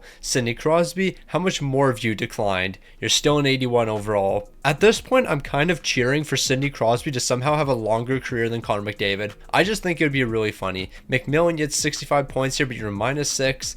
Yeah, the second line, a bit of a concern here, but you know what? We'll figure it out once the postseason comes around. The defense took a massive fall off this season. Devin Levi, 38 wins, 4 shutouts, a 904 and a 294. But you know what? When you have really good regular season numbers, you choke in the postseason. When you have very mid numbers during the regular season, you look elite in the postseason. So we all know what's about to happen here. Devin Levi legacy run. Now, I don't plan on stopping unless I absolutely have to. We got a Devin Levi legacy run here. Watch this team absolutely dominant with him leading the way. Okay, maybe he's not going to lead the way. He's allowed 6 goals through 3 games. Make that 9 goals. Actually, I don't even remember what I was yapping about. All I know is we won 4 straight games here and we won all of them 4-3. So Devin Levi definitely not on a legacy run right now. You allow 12 goals in 4 games. It means you're allowing 3 goals per game. But who cares? Because we're scoring 4 goals per game. So as long as that continues into the second round, we'll be okay here. We have the Edmonton Oilers up next, and this team keeps on scoring 4 goals, but we keep on allowing 3. Luckily, we split the series so far. Game number 5 is going to be a big one. Who's going to be stealing this one away? It's not going to be us because the defense is completely falling apart here. We need the defense to actually show up. The defense has not been here so far in the postseason. I don't even know if I can blame Devin Levi for this one. Defensively, we have been atrocious. We need Sidney Crosby to step up. Connor McDavid has to. Connor Bedard has to. Someone has to pick up some big time goals, and it looks like it's going to be Connor Bedard. We're forcing game 7 here. The boys can't quit yet. We got game 7 against the Edmonton Oilers yet again. The boys aren't going to quit when it matters most. This is the most important game. Last time we were in game 7, nobody showed up. It's different this time. Hyman's going to be picking up the first goal in the first period. In the second period, it's going to be Pavel Dorfia. So the third period is going to decide this one. Who's going to show up when it matters most? Who is going to stand tall when we need them in the third period? It looks like it's going to be Connor McDavid. It's going to be Hanzek, a man I contemplated trading away. They're the big time performers for us, and now we're back in the conference finals. But we're not going to stop here. We have to have the momentum keep on rolling. And is it going to be a sweep? But it's going to be a nice 5-game series. And now we have the Red Wings, the number 2 team taking on the number 1 team. And you know what? I don't care if Detroit won more games than us during the regular season. We won more regulation games, I think. Don't quote me on that. But the one thing this team struggled with, winning in either shootout or overtime. But you know what? It's 5-on-5 the entire way. And now that it's 5-on-5, Detroit doesn't stand a chance. A 3-1 series lead. Let's take them on a gentleman's sweep. When the big time games came around, the big time performers came out. Sidney Crosby, Connor McDavid, Connor Bedard, the big time performers in the big time games, and we're Stanley Cup champions yet again. But surprisingly, it's none of those guys leading the way. It's McMillan, 12 goals, 9 assists, 21 points. Then it's Connor Bedard. Then it's Connor McDavid. Hyman's even picking up 16 points. What an amazing pickup that was in free agency. And Sidney Crosby, 7 goals, 8 assists, 15 points. Bro's never going to retire. He's going to keep on running it back here. I know he's going to keep on running it back. Devin Levi, he had a 16-4-1 record. Although he didn't pick up any shutouts, he had a 920 and a 253. Sidney Crosby, are you going to return for another season here? Like, we keep on winning with you. We keep on seeing a ton of success. So if you want to keep on coming back here, I don't even care what your overall is. You can be a 75 overall and you can play on my first line. That's how much I value a guy like Sidney Crosby right now. It doesn't matter what his overall is. He's going to play some top line minutes, but it looks like he's finally decided to call it a career at 43 years old. 796 goals, 1,427 assists for 2,223 points. Sidney Crosby, a man representing the past of the NHL, has finally decided to call it a career here at 43 years old. But you know what? We're not done winning Stanley Cups. We still have Connor McDavid on the team. We still got Connor Bedard. The video's not done yet. We're going to keep on winning here. I guess the real question is, how many years is Connor McDavid going to play now that Sidney Crosby's retired? He's cut to the chase. Connor McDavid, he's getting towards the end of his career as well. So we might have lost Sidney Crosby, and it's going to be very difficult to bounce back from that. We did get a medium-league potential goaltender. Now, obviously, a medium-league potential goaltender can't replace Sidney Crosby, but at least we're going to be getting something here. Like, if we're being completely honest, the team's not going to be the same without Crosby. It just won't be. Also, we're not done there, because now with the 165th overall, a low league potential player. So it's actually pretty unfortunate, but Hanzek never wanted to sign a multi-year deal. So we're just going to do this, $8.7 million for one season. He's going to rejoin the team, and then hopefully we'll eventually be able to give him a long-term deal, because that's what I want to do here. We have $4.5 million left. We could give Cooley $4.3 million, but he is a bottom 6 player, and I don't really want to commit that much to him. Hyman, I'm not going to be giving you $9.1 million because we don't have close to enough. And Dylan Holloway, I think we'll just let you walk here. We don't have the money for you. I mean, $3 million isn't bad. Can we do under $3 million? Like, if we do 2.9, I could actually do a deal like this. I think Dylan Holloway's going to be accepting, and is he? Yes, he is. So Dylan Holloway's sticking around. Obviously, those 2 rookies are going to be signed, and then one of these goaltenders. More than likely, it's going to be Hugo here. He's looking for $1.2 million. We can do $1.2 million. So Hugo's going to stick around. He's going to be the backup here, and then we'll sign all of our rookies. So when it comes to extension dollars, it's going to be a little bit tough. Morgan Frost, you're 32 years old. Do I want to bring you back, or do I trade you away for a younger option? I think we might trade you away for a younger option. Jake Neighbors, I can't give you an extension. Kovalev, we're going to wait till the end of this season, then I'll give you your entry-level contract. Hanzek, of course, I just re-signed you, so clearly I can't give you an extension right now. Morgan Frost, I will trade you away. So as I mentioned, Morgan Frost, we're going to trade you away here, along with 2 second-round picks. Caleb Desnoyers, I'm going to bring you to the team, 87 overall. Did I say your name incredibly wrong? More than likely. But you know what? I just went on YouTube, looked at a couple of your highlights. I think that's how you pronounce it. I have no clue how we just got that from Morgan Frost and 2 second-rounders, but I'll definitely take it. I didn't even think we were close when it comes to trade value, but apparently we were incredibly close. So what an absolute steal. So right now we're in a bit of a cap crunch, but we'll still find a way to get these deals done. Thompson, I'm going to send you over to the Calgary Flames. You're getting Fairchild. He's on an incredibly cheap deal, and we're also going to get a 3rd-round pick here. With that 3rd-round pick, though, that's going to be flipped over to the Vancouver Canucks, because we're going to be getting another young player. Because that 3rd-round pick, along with a 7th for 2032, is going to be sent over to the Vancouver Canucks. Leonov, you're going to be brought to the team here. player. We're bringing in another really cheap player. Are we going to be able to keep all these guys around? Probably not. But you know what? We need some bottom six pieces for this team, and these guys are cheap. Also, when it comes to a guy like Leonov, I'll definitely do this. 1.9 for the next 3 years, so that's an incredibly cheap contract. And then the other lowly potential player we traded for, I guess he's already signed an extension. So I'm really hoping that's a good extension, because if he signed a bad extension, we could be in trouble. Oh, what am I talking about? He's on a 2-year deal. I'm just yapping right now. Now, I wouldn't say we have a ton of time left here with Connor McDavid. He's 34 years old. He's 95 overall. He could start regressing really quick here. You just never know. Connor Bedard, he's 26 years old.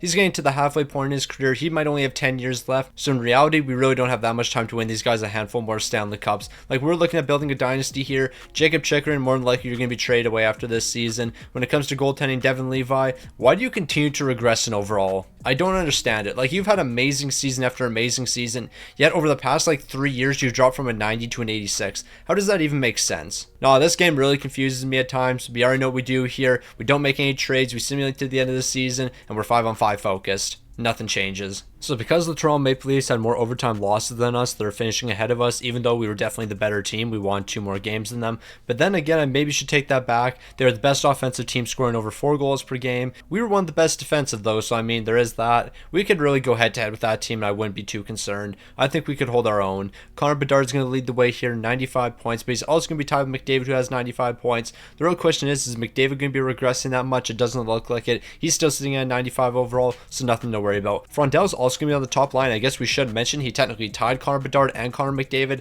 So yeah, he's one of the top players here. The replacement for Sidney Crosby. We're in a great spot right now. And then when it comes to goaltending, Devin Levi, you're kind of hit or miss. Like, he had 46 wins this season, 5 shouts, that's great. But a 902 and a 287, not the best in the world. Like, you also almost played every single game. Bro played 73 games this season. He's going to be exhausted heading into the playoffs. If we lose to Minnesota here, it's all because Devin Levi's too tired. We overwork this man. Like, the boys can't be making mistakes like that. We can't be overworking our players like that. But in game number 1, Devin Levi's picking up a shutout, so we might be alright. Never mind, we allowed 5 goals in game number 2. I gotta take it all back here, but we do have a 3-1 series lead. If we close out in game 5, I won't be too worried here. We just have to close it out here. Don't blow a 3-1 series lead. Whatever you do, don't blow a 3-1 series lead. I don't think I could handle that. In the past 2 games, Devin Levi was actually pretty solid in between the pipes. Like, he allowed 2 goals in 2 games. Yeah, we didn't score in game number 6. That was unfortunate, but it doesn't matter. Actually, what am I talking about? We didn't even go to game 7. We scored in game number 6. We didn't score in game number 5. I'm losing my mind here. I'm losing track of what's going on. All I know is the series against the Edmonton Oilers is tied up, and game number 5 is going to be an important one. Yes, I got the game right. It was game 5,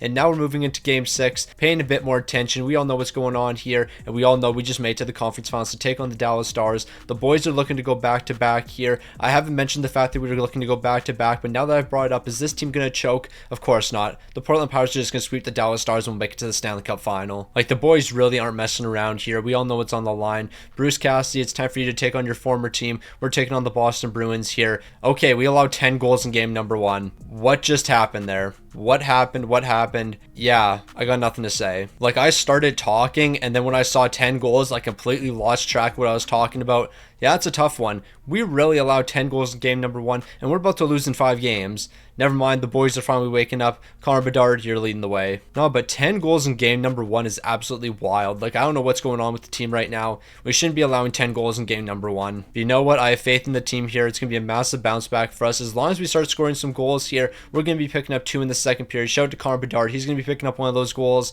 but we choked. We choked in the third period. We allowed back-to-back goals, and we're going to be eliminated to the Boston Bruins. We're not going to be able to defend the Stanley Cup here. We're falling. I mean, technically, we did defend the Stanley Cup until game number 6 there, but we're going to be falling apart when it matters most. Yeah, it's a shame. Connor McDavid, Connor Bedard, you guys were unstoppable. Like, McDavid was elite. 15 goals, 12 assists, 27 points. Connor Bedard's picking up 22 points here. I couldn't ask for any more from this team right here. The boys stepped up when they had to. Maybe the bottom 6 could have been a bit better. Devin Levi, your numbers weren't even atrocious. We just weren't good enough. The Boston Bruins won here. I guess that means the better team won. Boston's not better than us, though. I think we all know in our hearts we're a better team than the Boston Bruins. But in this 7-game series, they're going to be coming out on top. Now, we haven't got to the re-sign phase or anything, but we better recircle with Honzek. And now he's looking for $11 million. That's definitely more than I was looking to do here. But we'll be able to get a deal done. Actually, we're going to end up saving quite a bit of money here. I think we'll do under $10 million. We do like 9.7 for the next 6 years. years. 9.7 million for Hanzek. That's going to be a good deal. He's going to be accepting that one. He's up to a 90 overall. Yeah, it's going to be an incredible deal. Just $1 million more than what he's getting paid right now. Unfortunately, Jake Neighbors, you won't be able to return to the team, but we'll just sign a couple rookies. Now, it was a really forgettable draft. Like, we're going to pretend didn't even happen. We did get one lowly potential player, but he's like a 48 overall. So that guy's not going to develop into anything great. And then as we know, we're going to sign rookies here, but Jake Neighbors, you're going to be the lone guy walking. So we got through our contract extensions, but now we have a bunch of important players needing deals here. One of them being Connor McDavid. No matter what he asks for, we have to give it to him. And this is actually working out better than I thought it would be. Like, I was fully expecting Connor McDavid to be asking for significantly more than this, but 9.5 for the next 2 years, basically exactly what you're getting paid right now. We're actually going to be saving $750K. When it comes to Daryl Hunter, though, I know for a fact Bro's going to want a bag. Maybe not. We can definitely get this done. So how does 7.1 for the next 2 years sound? Like, that's going to be a really good deal for us. That's not really too much more than what you're getting paid right now. And then William Wallander, you're going to be the biggest deal here. Okay, all of these are very reasonable. Wallander, I'll give you 6.6 million for the next 4 years, so I guess you're going to be sticking around as well. Nobody was really wild in here. Samuel Bolduc, we're just going to let you walk. Fairchild will probably just route your contract and trade you away, because what are you looking for? 3.1 million. I don't really want to do that. I mean, if you accept 2.9 million, I'm willing to do 2.9 million. I don't think you're going to accept that, so more than likely you'll be traded away. Pontus Holmberg, we're going to write out your contract. This young defenseman, he's probably going to want $5 million or something. Yeah, he's wanting 4.8, so we'll write out his contract. Given everything, our salary cap situation is actually pretty solid right now. However, we do have this young medium league potential goaltender. We're going to give him $1 million for the next 2 years to be our backup. 21 years old, he's already an 82 overall. He might be taking over for Devin Levi sooner than we think. So right now, Sean Durzee's trade value is through the roof. Like, this is the highest it's going to be. He's 33 years old. He's going to start regressing. Now, a guy like Alan Conboy, he would actually be really good. 87 overall. He could fit on our second pairing. I don't really know if he fits on the second pairing, but we're going to play him on the second pairing. Now, I think we might be able to get a second round pick as well. If I could steal this second round pick from the St. Louis Blues, this would be a massive steal. They're saying no. How about a couple third rounders? Now, you don't have a third round pick for this season, but you can give me your fourth rounder for this season and then your third rounder for the year after that. Is that going to be enough? They're saying no. I'll take the fourth rounder out. Can we get this deal done? Yes, we can. Now, the reason we have to do a deal like this is we have to trade Jacob Chikrin away. Because Jacob Chikrin, he's not that guy anymore. Alright, I might be cooking up a spectacular deal, but hear me out. We're going to give Ronnie $1.3 million.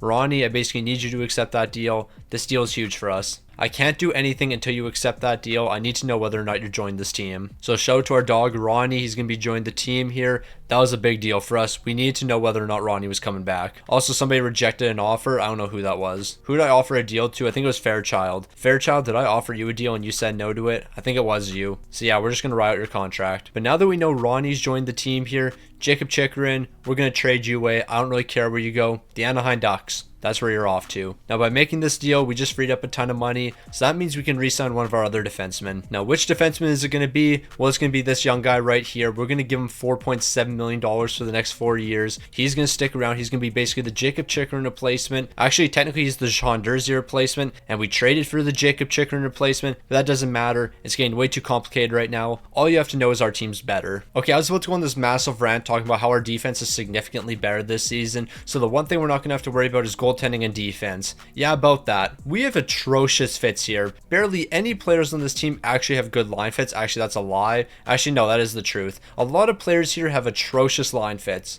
It is what it is. I don't know why the line fits changed so much. Like Hunter, I think you used to have a pretty decent fit on the first and second pairing, but not anymore. You're basically unplayable. Devin Levi, I don't know what's wrong with you. You keep progressing. This game makes no sense. Bro is 30 years old and has dropped 5 overalls. How does that even work? Like, seriously, how do you drop 5 overalls? You are 30 years old. How are you regressing that much? You're regressing more than Connor McDavid is. And that doesn't make any sense. He's literally 6 years older than you. But anyways, McDavid's still in a good spot. The defense is a bit questionable. Goaltending is a bit questionable. But you know this team's still going to dominate. And instead of 5-on-5 focused, we're doing some conditioning. The boys got to get a bit quicker. So it's a big bounce back season for Portland. We're first in the entire league, a 58-17-5 record. The offense was flying. The defense was amazing. No team should be able to stop us. Connor McDavid, you're 95 overall, so you're still an amazing player. How old are you at this point? 36 years old. You still have franchise potential. Yes, you do. 50 goals, 65 assists, but that's nothing compared to Connor Bedard, who's picking up 55 goals and 55 helpers. But we definitely can't sleep on our man for Rondell. He's looking amazing. 109 points. Bro's been an absolute beast. It was actually a good good thing I drafted him. And then when it comes to goaltending,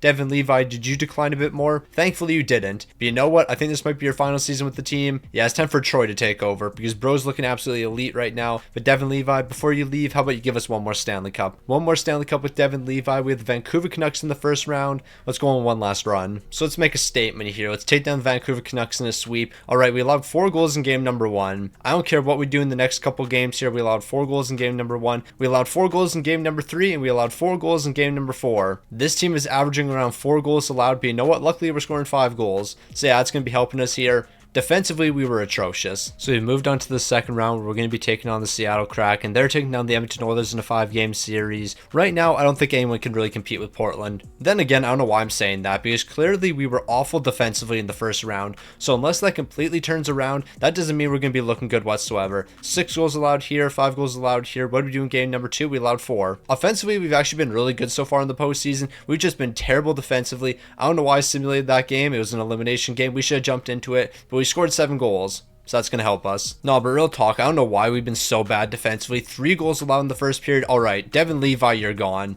You're out the door. Yeah, like Devin Levi, pack your bags. You're done here, buddy. We allowed 6 in that game. We are so bad defensively. I can't wait to look at his numbers. He might have had a goals against above 4. Like, he was that bad. So let's make some predictions here. What was the save percentage for Devin Levi? My guess is he had an 880 with a 392. An 880 with a 392. Connor Bedard was averaging a goal per game. Frondell, he was over an assist per game. Connor McDavid, he was over a point a game. But what I say, an 880 and a 392, how close am I going to be? Very close. Now, the only issue with my prediction, I was wrong in both categories, but it was actually worse. I said an 880, he had an 875. I said a 392, he had a 398. So both of these categories were actually worse than I thought. Nah, bro, you were really that bad. And that was your last season with the team. I'm trading you. Troy, you're the new starting goaltender. Devin Levi, I'm not going to deal with that nonsense again. Okay, we'll actually have to start paying a bit more attention than I thought. Connor McDavid from the Edmonton Oilers is retiring with 2,000 points. He's an 89 overall, 36 years old. He could have played a handful more years, but he's going to be calling it a career early here. All right, we really don't have that much time left with our Connor McDavid. If that one's retiring now, we better be prepared to win some Stanley Cups here. We don't have too much time left. So after another disappointing loss in the playoffs, we're going to respond in the draft here. A lowly potential player in the first round, starting off as a 66 overall. Definitely better than the lowly potential player we drafted last year, was a 49 overall. So he should be able to turn into a decent player for us. Now, Devin Levi, we already have your replacement here, but I need the replacement's replacement, and that's what we're getting here with the 128th overall. So it looks like we're going to be getting another gem here. The goaltender we just drafted was a gem, but so is this lowly potential player. So we just keep on winning. And you know what? We're guaranteed to keep on winning because I know there's another lowly potential player. He's projected somewhere in the 200 overall range, but you know what? We'll just select him here. We already know what we're getting, so it's definitely going to be a good pick. So this is how the re-sign period is going to go. Fairchild, qualify as an RFA, signing rookies. There you go. Now this is heartbreaking. Absolutely heartbreaking. Bruce Cassidy retiring on us. We're not going to find a better coach than that. No, Frondell, you were the greatest draft pick of all time, but now we got to re-sign him, and we have to re-sign Connor Bedard as well. We're actually going to have to make a trade to free up money because we're not going to be able to afford both of these guys. Like, Connor Bedard's going to be getting $13.7 million here. That's going to be a massive deal for him. And after accepting that one, how much money do we have for Frondell here? Because of course I want to keep him on the team. $13.6 million. Like, that's really expensive. I don't know if we're going to have enough money for him. We're going to have to make some deals to free up some cap space. And you know what? I think I already know what that deal is. So here's how we're going to free up the money. Devin Levi, you're off to the Dallas Stars. We're getting 2 second-round picks. By doing this, we're going to free up $10.6 million. $10.6 million is going to be huge for us. Frondell, you're definitely going to be coming back to the team now. We have more than enough money. But we can't get too far ahead of ourselves because eventually we do have to pay one of our goaltenders. But you know what? That's something we can worry about at a different time because right now Frondell is the one guy we have to bring back here. And we're actually going to save more money than I thought here. Like, we're going to be looking at $12.7 million. He's going to be coming back to the team for the next 7 years. Him and Connor Bedard, the dynamic duo, they've been elite together. Okay, so this guy in free agency right now is definitely piquing my interest. I want to see if we can bring him to the team. We'll do $5.2 million, and we might even just trade him next season. Like, the Calgary Flames didn't qualify him as an RFA. He's 22 years old. He's already an 85 overall. He's got low elite potential. He doesn't have that much trade value, but you know what? That's a great pickup for us. And with our RFA and Fairchild, I'll just trade him away somewhere. We'll try to get a second round pick here. I don't think we're going to get a second rounder, so we'll just take this third and fourth rounder from the Colorado Avalanche. So we're far enough in the future that absolutely every single defenseman is looking for basically $9 million. So we have to sign the 79 overall players for $1.2 million. Honestly, that's not the end of the world here. We're still going to be bringing a good defenseman to the team, but I would have liked to save a little bit of money. Okay, we're trading for Roger McCall. McQueen. He's only looking for 1.7 million. Roger McQueen, welcome to the team. That's a no-brainer. Yeah, the Ottawa Senators messed up. Here's 2 third-round picks. You're going to give me Roger McQueen here. Back when we drafted Frondell, we could have gotten a guy like Roger McQueen, but you know what? I took a different direction, and it's actually working out for us because now we've got both players. Now, Roger McQueen, we saw what you were asking for, 1.7 million. That's what you're going to sign for. Welcome to the team. Now I have some terrible news. Connor McDavid, you have exact elite potential now. You're not that same player you used to be. If we want to win with you, we have to do it pretty quick. And you know what? We can win with this team right here. No questions about this team whatsoever. Goaltending, I have no questions about that either. Troy's going to be an elite goaltender for us in the future. We just have to make sure that we can lock him down long term. The only thing that's going to prevent us from locking him down long term is him not wanting a reasonable deal. But you know what? We'll get something done. Now, we might not have been first in the entire league, but you know what? With the way Portland was playing, we should have been first in the entire league. We scored 30 more goals than the Vancouver Canucks. Yeah, we allowed 11 more goals, but you know what? Our goal differential was certainly better here. We should be ahead of the Vancouver Canucks. Connor Bedard, an incredible season from you. 127 points. That's going to be a career high. 68 goals, 59 helpers. Bro was absolutely elite here. Connor McDavid, 36 goals, 80 helpers, 116 points. Frondell, right after I gave you that big extension, your numbers fell off. Ain't no way. But McDavid, you dropped to 93 overall. We're going to take a quick look at goaltending. And Troy, you actually weren't as dominant as I was thinking. 46 wins here, one show, a 909 and 278. I was expecting slightly better from you, but you know what? I'll take these numbers. Now, we do have to take on the Vegas Golden Knights in the first round here, but there is something we have to do first. Connor McDavid, we need to sign you to an extension, because I don't think we've done that yet. Maybe we have. I actually don't even recall. Connor McDavid, I already signed you to an extension. Yeah, what am I talking about? Yeah, just pretend none of this ever happened, alright? We're taking on the Vegas Golden Knights. We're going to ignore the fact that we haven't seen anything up until this point because for some reason the recording was paused. We're heading into overtime here. We better not lose in overtime. Thank you, McMillan. This was a massive overtime win because now we're in Game 7 of the first round. Yeah, the Vegas Golden Knights somehow pushed us to Game 7. Don't ask me how that happened, but it did. So here we go, Game 7 between the Vegas Golden Knights and the Portland Pirates. And it looks like we're going to be lighting the lamp here. We have a 3-1 lead. We should be good. We just about choked that. Shout out to Connor McDavid. He's saving the day here. Now, what an upset we're seeing in the first round. The Vancouver Canucks falling to the Edmonton Oilers. Edmonton's without Connor McDavid. No way you just lost to a Connor McDavid-less Edmonton Oilers team. That just doesn't happen. Okay, I actually give up here. I'm convinced the recording is pausing itself because I am not hitting the pause button. It was paused once again. We took Edmonton down in 6 games, but I don't know what's going on here. I'm just going to simulate the rest of the postseason here. We can't afford to go look at the playoff bracket because something stupid might happen. For some reason, it's just constantly paused. I don't know what it is. I don't believe I'm the guy pausing it, even though I am. I don't recall ever pausing it. I don't know what's going on here. All I know is we had a 2-0 series lead, and now we're heading to Game 5. Thankfully, we're winning Game 5. Can we win Game 6 here and move on to the Stanley Cup Final? No, we can't. We have to go to Game 7. So the recording shouldn't be paused heading into Game 7. We should see the entirety of Game number 7 here. Fairchild ain't no way you're going to be scoring a big-time goal like that against us, but luckily Connor McDavid's going to respond. Whatever happens here, we need to score in overtime, and it's Connor McDavid. Is the recording still going? I hope so. No, like real talk though, I'm actually losing my mind right now. I don't know why it's paused all the time. I guess I'm hitting the pause button. I don't recall hitting the pause button. That's happened twice in the same postseason. I'm losing it here. But you know what? We're going to battle on here. We have the Philadelphia Flyers in the Stanley Cup Final. We have to close it out against Philadelphia. Game 5 is the biggest game. It's a best of 3 moving on. We have to win game number 5, and the boys are doing that in overtime. Can we close it out in game number 6? Of course not. Why would we close it out in game number 6? So here we go, Game 7 against the Philadelphia Flyers. It's the Pirates versus the Flyers. We need to score goals here, exchanging goals in the first period. In the second, what's going to be happening? We're taking a 3-2 lead. Connor Bedard, you haven't scored in a while. I need you to pick up a couple goals here. Do it in the third period for us. Man, we got so lucky. McMillan stepping up in the big-time moments. Zane Parek's going to respond, but it's not going to be enough. We're Stanley Cup champions, but Connor Bedard, you completely folded on me. Unless you were just scoring in basically every other game I didn't jump into, I don't think you recorded that many goals. Like, bro really just vanished during the postseason. Maybe he was really good. No, he vanished. McMillan's leading the way with 32 points, 13 goals, 19 assists. Honzek's picking up 8 goals, 17 assists for 25 points.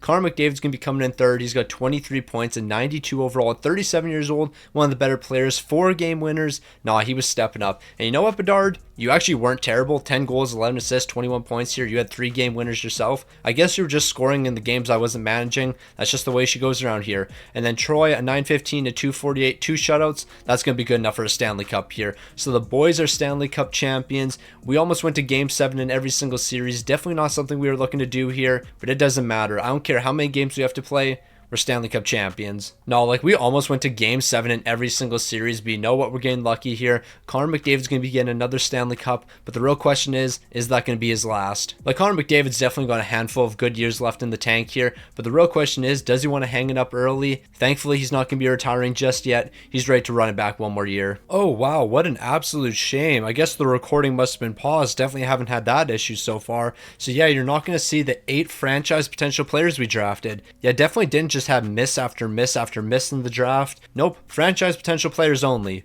That's definitely what happened. So this is going to be the only guy we signed, Dillman. It's going to be 1.4 for the next 2 years. He'll jump to the lineup next season. Everyone else is going to walk. So we have a lot of big-time players. McMillan, Hunter, Connor McDavid, Conboy, Denye, Roger McQueen. All of these guys have to come back. Leonov, he has to come back. Everyone needs an extension here, and we don't have enough money for everyone. On top of that, Troy needs an extension. Where are we going to find this money? I have no clue. Now, I was about to start with Troy, but you know what? There is one guy that has to come back to the team no matter what. That's Connor McDavid. And Connor McDavid, why would you help me at all? $11 million is the most that you've been paid so far. So $11 million is going to McDavid. We have $30 million left to work with. This isn't going to work. Caden McMillan, I think you might be the most important piece after Connor McDavid, so you're coming back next. And what can we do for a contract here? It's going to be looking around $11.7 million. Yeah, we'll do $11.7 million for the next 8 years. He's going to be sticking around here. But I know for a fact right now we can't afford everyone. We'll move on to Troy next. He has to come back to this team. We'll do 8.5 for the next 2 years. Actually, we can do a bit less than that. We actually might be able to do significantly less than that. We can do 7.9 for the next 2 years. So that's give or take another 20 million used up, so we have about $10 million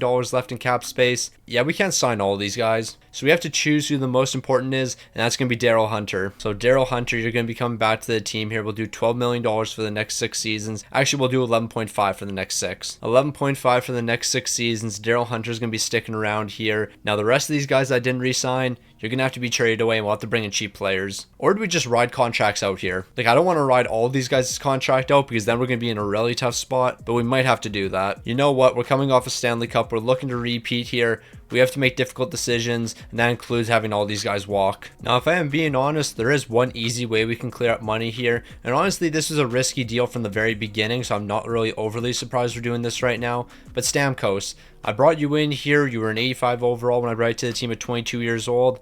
It's not working out here. I don't have the money for you, so you're off to Buffalo for a 4th and 5th rounder. You don't have a lot of trade value, but you know what? You're getting paid $5 million, and I can't afford to keep you on the team. So we got $2 million in extra cap space here. So at this point, we're just bringing in people on 1-year deals. We could bring in Tage Thompson. And you know what, Tage Thompson, I will bring you to the team 2.2 for 1 year. You can be a good bottom 6 player, even if you're not the player you used to be. And then when it comes to another deal, it has to be somebody on a 1-year deal. We can do Ekholm here. He's 25 years old. I can do $2.8 million for 1 season. That's not the end of the world. So the salary cap situation is really tough for this team, especially since we had to pay McDavid $10 million. Bro's 37 years old and he's taking up a majority of the cap here. That's not a good look for us. Defensively, I think we're still in a great spot here. When it comes to goaltending, we're in a good spot. Troy, why'd you drop 1 overall? I guess it doesn't matter. Whoever the goaltender is, they're just going to decline on this team. Doesn't matter how old they are. You could be 24 years old, and because you play for the Portland Pirates, you're immediately past your prime. But by making that Stamkos deal earlier, we did free up $5 million.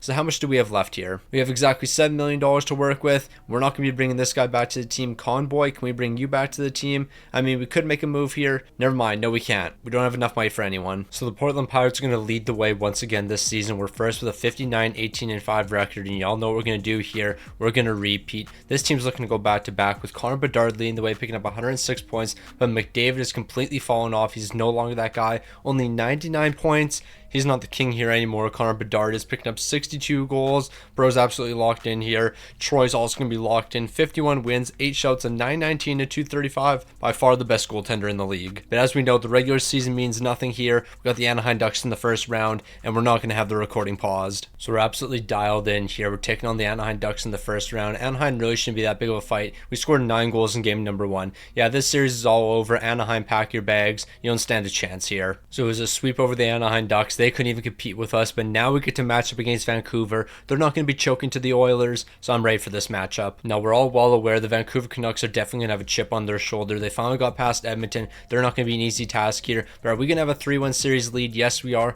Defensively, we've been amazing. We have to be great defensively for one more game here. I don't care if it's game 5, game 6, or game 7, but eventually one of these games you have to be amazing defensively, and that's where we're going to be in game number 6. We're off to the conference finals. And of course, we're not going to be stopping there. The Colorado Avalanche is the next team up. Are the Colorado Avalanche going to be able to compete with us? Absolutely not. We've won 3 straight games. Let's make it 4 straight. We're back in the Stanley Cup final. So here we go, the Stanley Cup final. The number 1 seed Portland Pirates taking on another 1 seed in the Buffalo Sabres. 2 great teams matching up, but one of these teams is clearly better than the other. What are we doing? What are we doing right now? We really lost 3 of the first 4 games.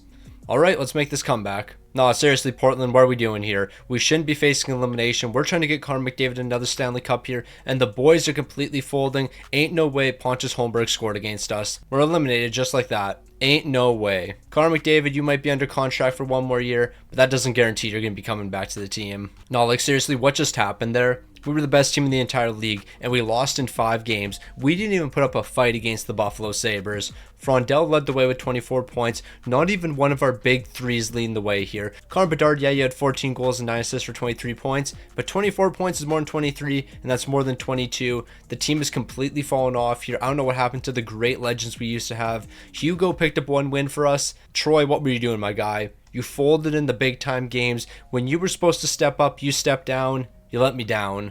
You let me down big time. Now, Connor McDavid's not going to be retiring, and I'm not really too sure if I should be happy or upset about that. Like, I'm happy he's coming back for 1 more season because he's a great player, but I'm also a bit mad because we're paying him $10 million, and he's not worth $10 million right now. So because we're going to be paying Connor McDavid, we're losing like 3 key pieces. So we finally got a medium league potential player in this draft. Unfortunately, it's a goaltender that we don't really need here because, man, did we get a lot of medium top 6 potential players. So far, we're in round number 3. We've gotten 3 medium top 6 potential players. It's not like we've got bad players or anything. It's just these guys aren't going to turn to superstars for us, and they're honestly not that high of overalls. So we've kind of been getting miss after miss. Maybe we're going to get a low league potential player. Low bottom 6, we're going to pretend that didn't happen. We went from low bottom 6 to low elite. That's what you love to see. So we're going to finish this draft off with 1 more low elite potential player, but that's not going to make up for all the players we're going to lose because we are about to lose so many players, it's ridiculous. Yeah, we had a lot of draft picks there and we brought in a lot of prospects, but that's not going to replace the guys we're losing. Well, this is just unfortunate. All of these guys right here,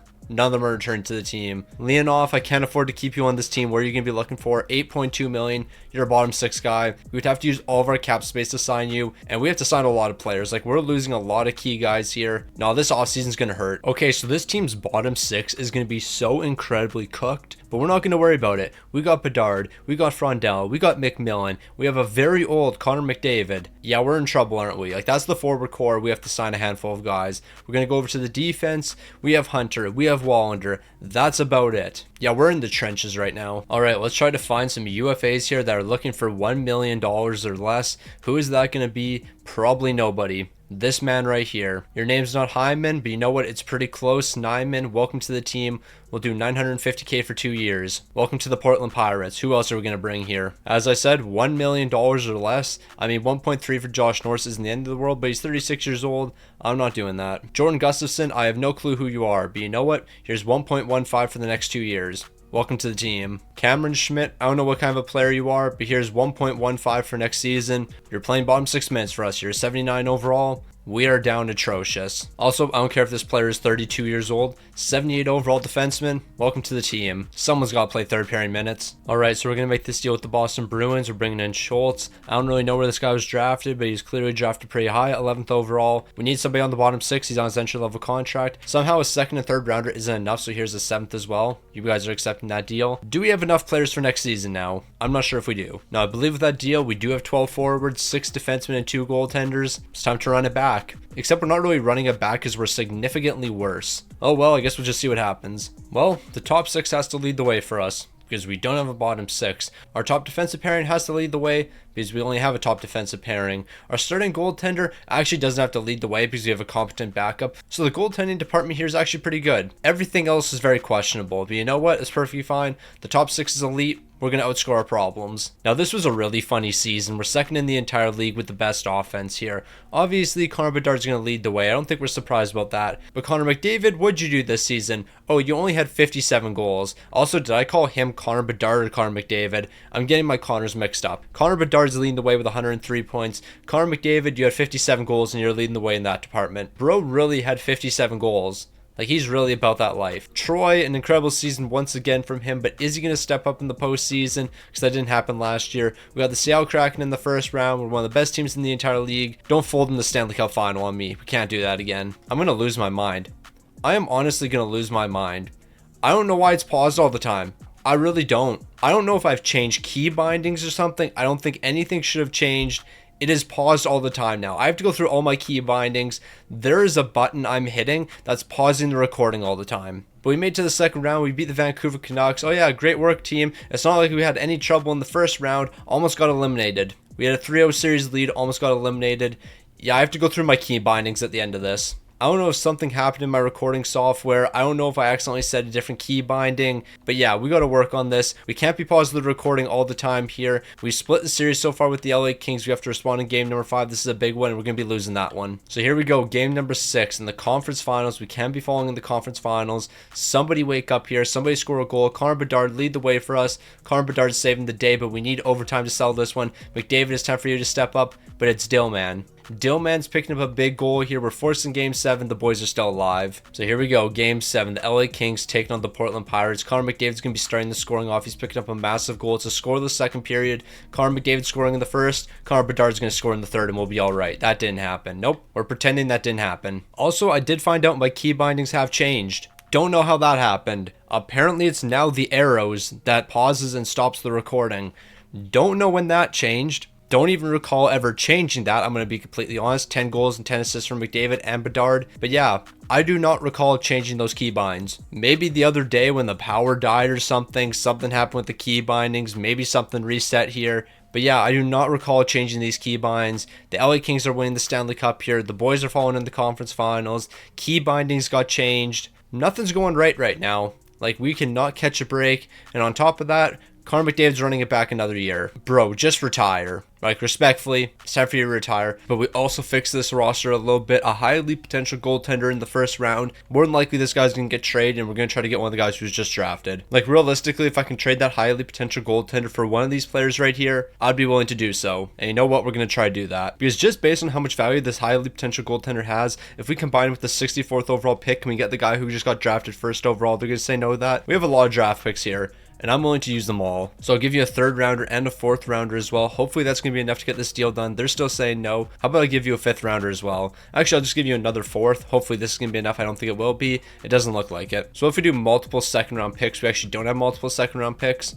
Maybe this deal won't be as easy as I thought it would be. Or we do this. I trade Honzek away. He's got exact franchise potential now. I could trade him away, 9.3 million. We could bring in elite players.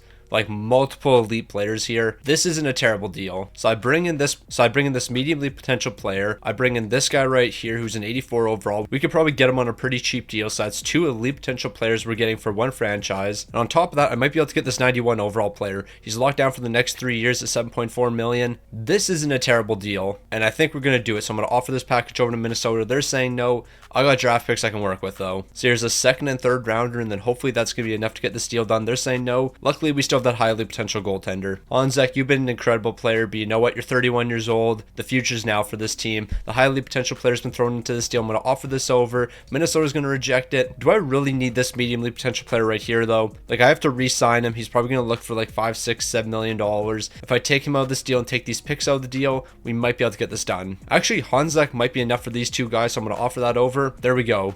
That was a pretty easy deal. And good thing I held on to that 2nd round pick, because we're getting a mediumly potential player here. Now we're going to make a deal with Edmonton. We're just cooking up deal after deal right now. Because if I recall, the Edmonton Oilers had the 2nd overall pick. Yes, they did. Well, we have a mediumly potential player. and we have a highly potential goaltender. So if I were to trade both of these guys right here, can I get the guy who's drafted 2nd overall as well as the 3rd and 4th rounder? No, we're just flipping assets at this point. So in the re-sign phase, it's honestly going to be very forgettable. Like almost all of these guys aren't going to be coming back. If you're a rookie, I can sign to a 2-way contract, you'll return to the team, or even a prospect that we've had in the past, I can sign to a 2-way contract, I'll bring you back. But yeah, basically everyone here is going to walk. So of course, we have to give Connor McDavid another extension here, and bro just does not want to help us. Like, sign a cheap deal. You are 39 years old. Here's 9.8 million. I guess we're going to say might compare to what your contract is right now. But yeah, you got to help us out a bit more. We have a couple defensemen that need to be signed, starting with this one right here. $16 million. I don't want to do $16 million. Like, you're wild, and I'm paying you 4.7 right now. William Wallander, I don't even know if I want to keep you around. Like, you're 33 years old. I think we'll make a couple deals here. Moving on to Koivulev, if we can do a really cheap deal, I'll keep him on the team, but 4.2 is a bit much for me. We're going to be making a handful of trades here. We're going to see a handful of guys leaving. We're going to do what we have to. Now, before we get too far ahead of ourselves, there is one guy that definitely has to come back to the team. One of the key pieces here, that's going to be Troy, and it's going to be $9 million for the next 8 seasons. So that's going to be an amazing deal for him. He's been a key goaltender for us, and I want to keep him around. So here's what we're going to do. We're going to pick up Rikas from the Ottawa Senators. We're trading one of our good defensemen away, but we're getting an even better defenseman, so it's actually going to work out for us. And then with William Wallander at 33 years old, he's not getting any younger here, so we're going to pick up a young defenseman from the Seattle Kraken. We're also going to be getting a 3rd round pick in the process. So we do need to make one free agent signing, and it's got to be somebody cheap here. And I guess that's going to be Steen, $1.5 million for 1 season. That works for me. We basically just can't do any multi-year deals here. So 1.5 for 1 year, we can make it work. So every single season I talk about how this is probably the final year for Connor McDavid. We're done talking like that. This man's going to retire when he feels like retiring.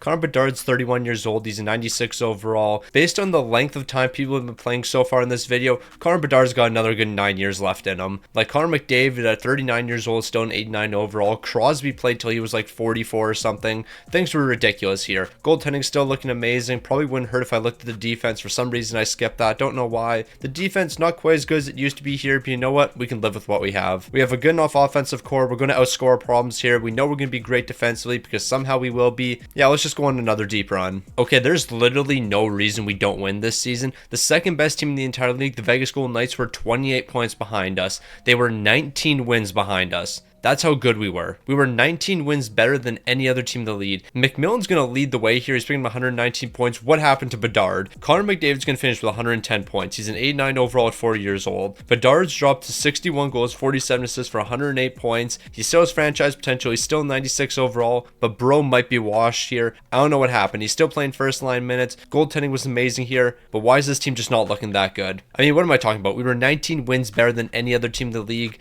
but Bedard, I need better from you.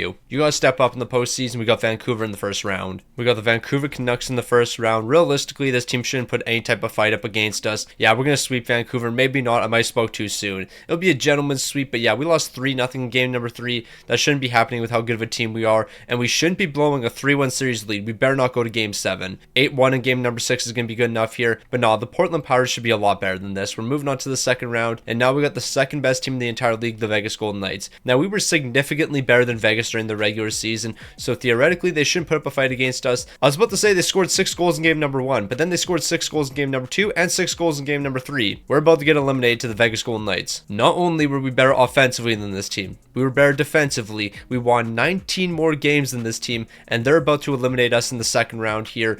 Don't choke. Connor McDavid, Connor Bedard, you're stepping up in the third period, but I need you guys to step up in overtime. Kevin Korchinski really dominated there. Kevin Korchinski picked up 2 goals, including the overtime winner. We lost in 5 games. I got nothing to say. I don't even want to look at the goaltending numbers, but I do. I'm guessing an 875 and a 420. No, actually not a 420, a 417. That's my prediction for the goaltending numbers. Bedard, you were great. McDavid, you were great. So both of these guys were incredible in their final postseason together, assuming McDavid retires. When it comes to goaltending, Troy was actually way better than I was expecting. I mean, I guess I have to factor in he was really good in the first round. Like in the first round, allowed 3 goals here, 1 goal here, 3 goals here, 1 goal, 3 goals, 1 goal. So yeah, he was really good in the first round. Then he allowed 6 here, 6 here, 6 here, and then 4 here. His numbers in the first round and second round, though, very different. Like, we're talking about a goals against difference of probably like 2.5, maybe even 3. But yeah, 65 win team. Couldn't win a Stanley Cup here. That really happened. Ain't no way. Ain't no way Vegas just won. I'm sick to my stomach. No, at this point, it's just impressive. Connor McDavid just refuses to retire. This man's going to try to break Wayne Gretzky's record.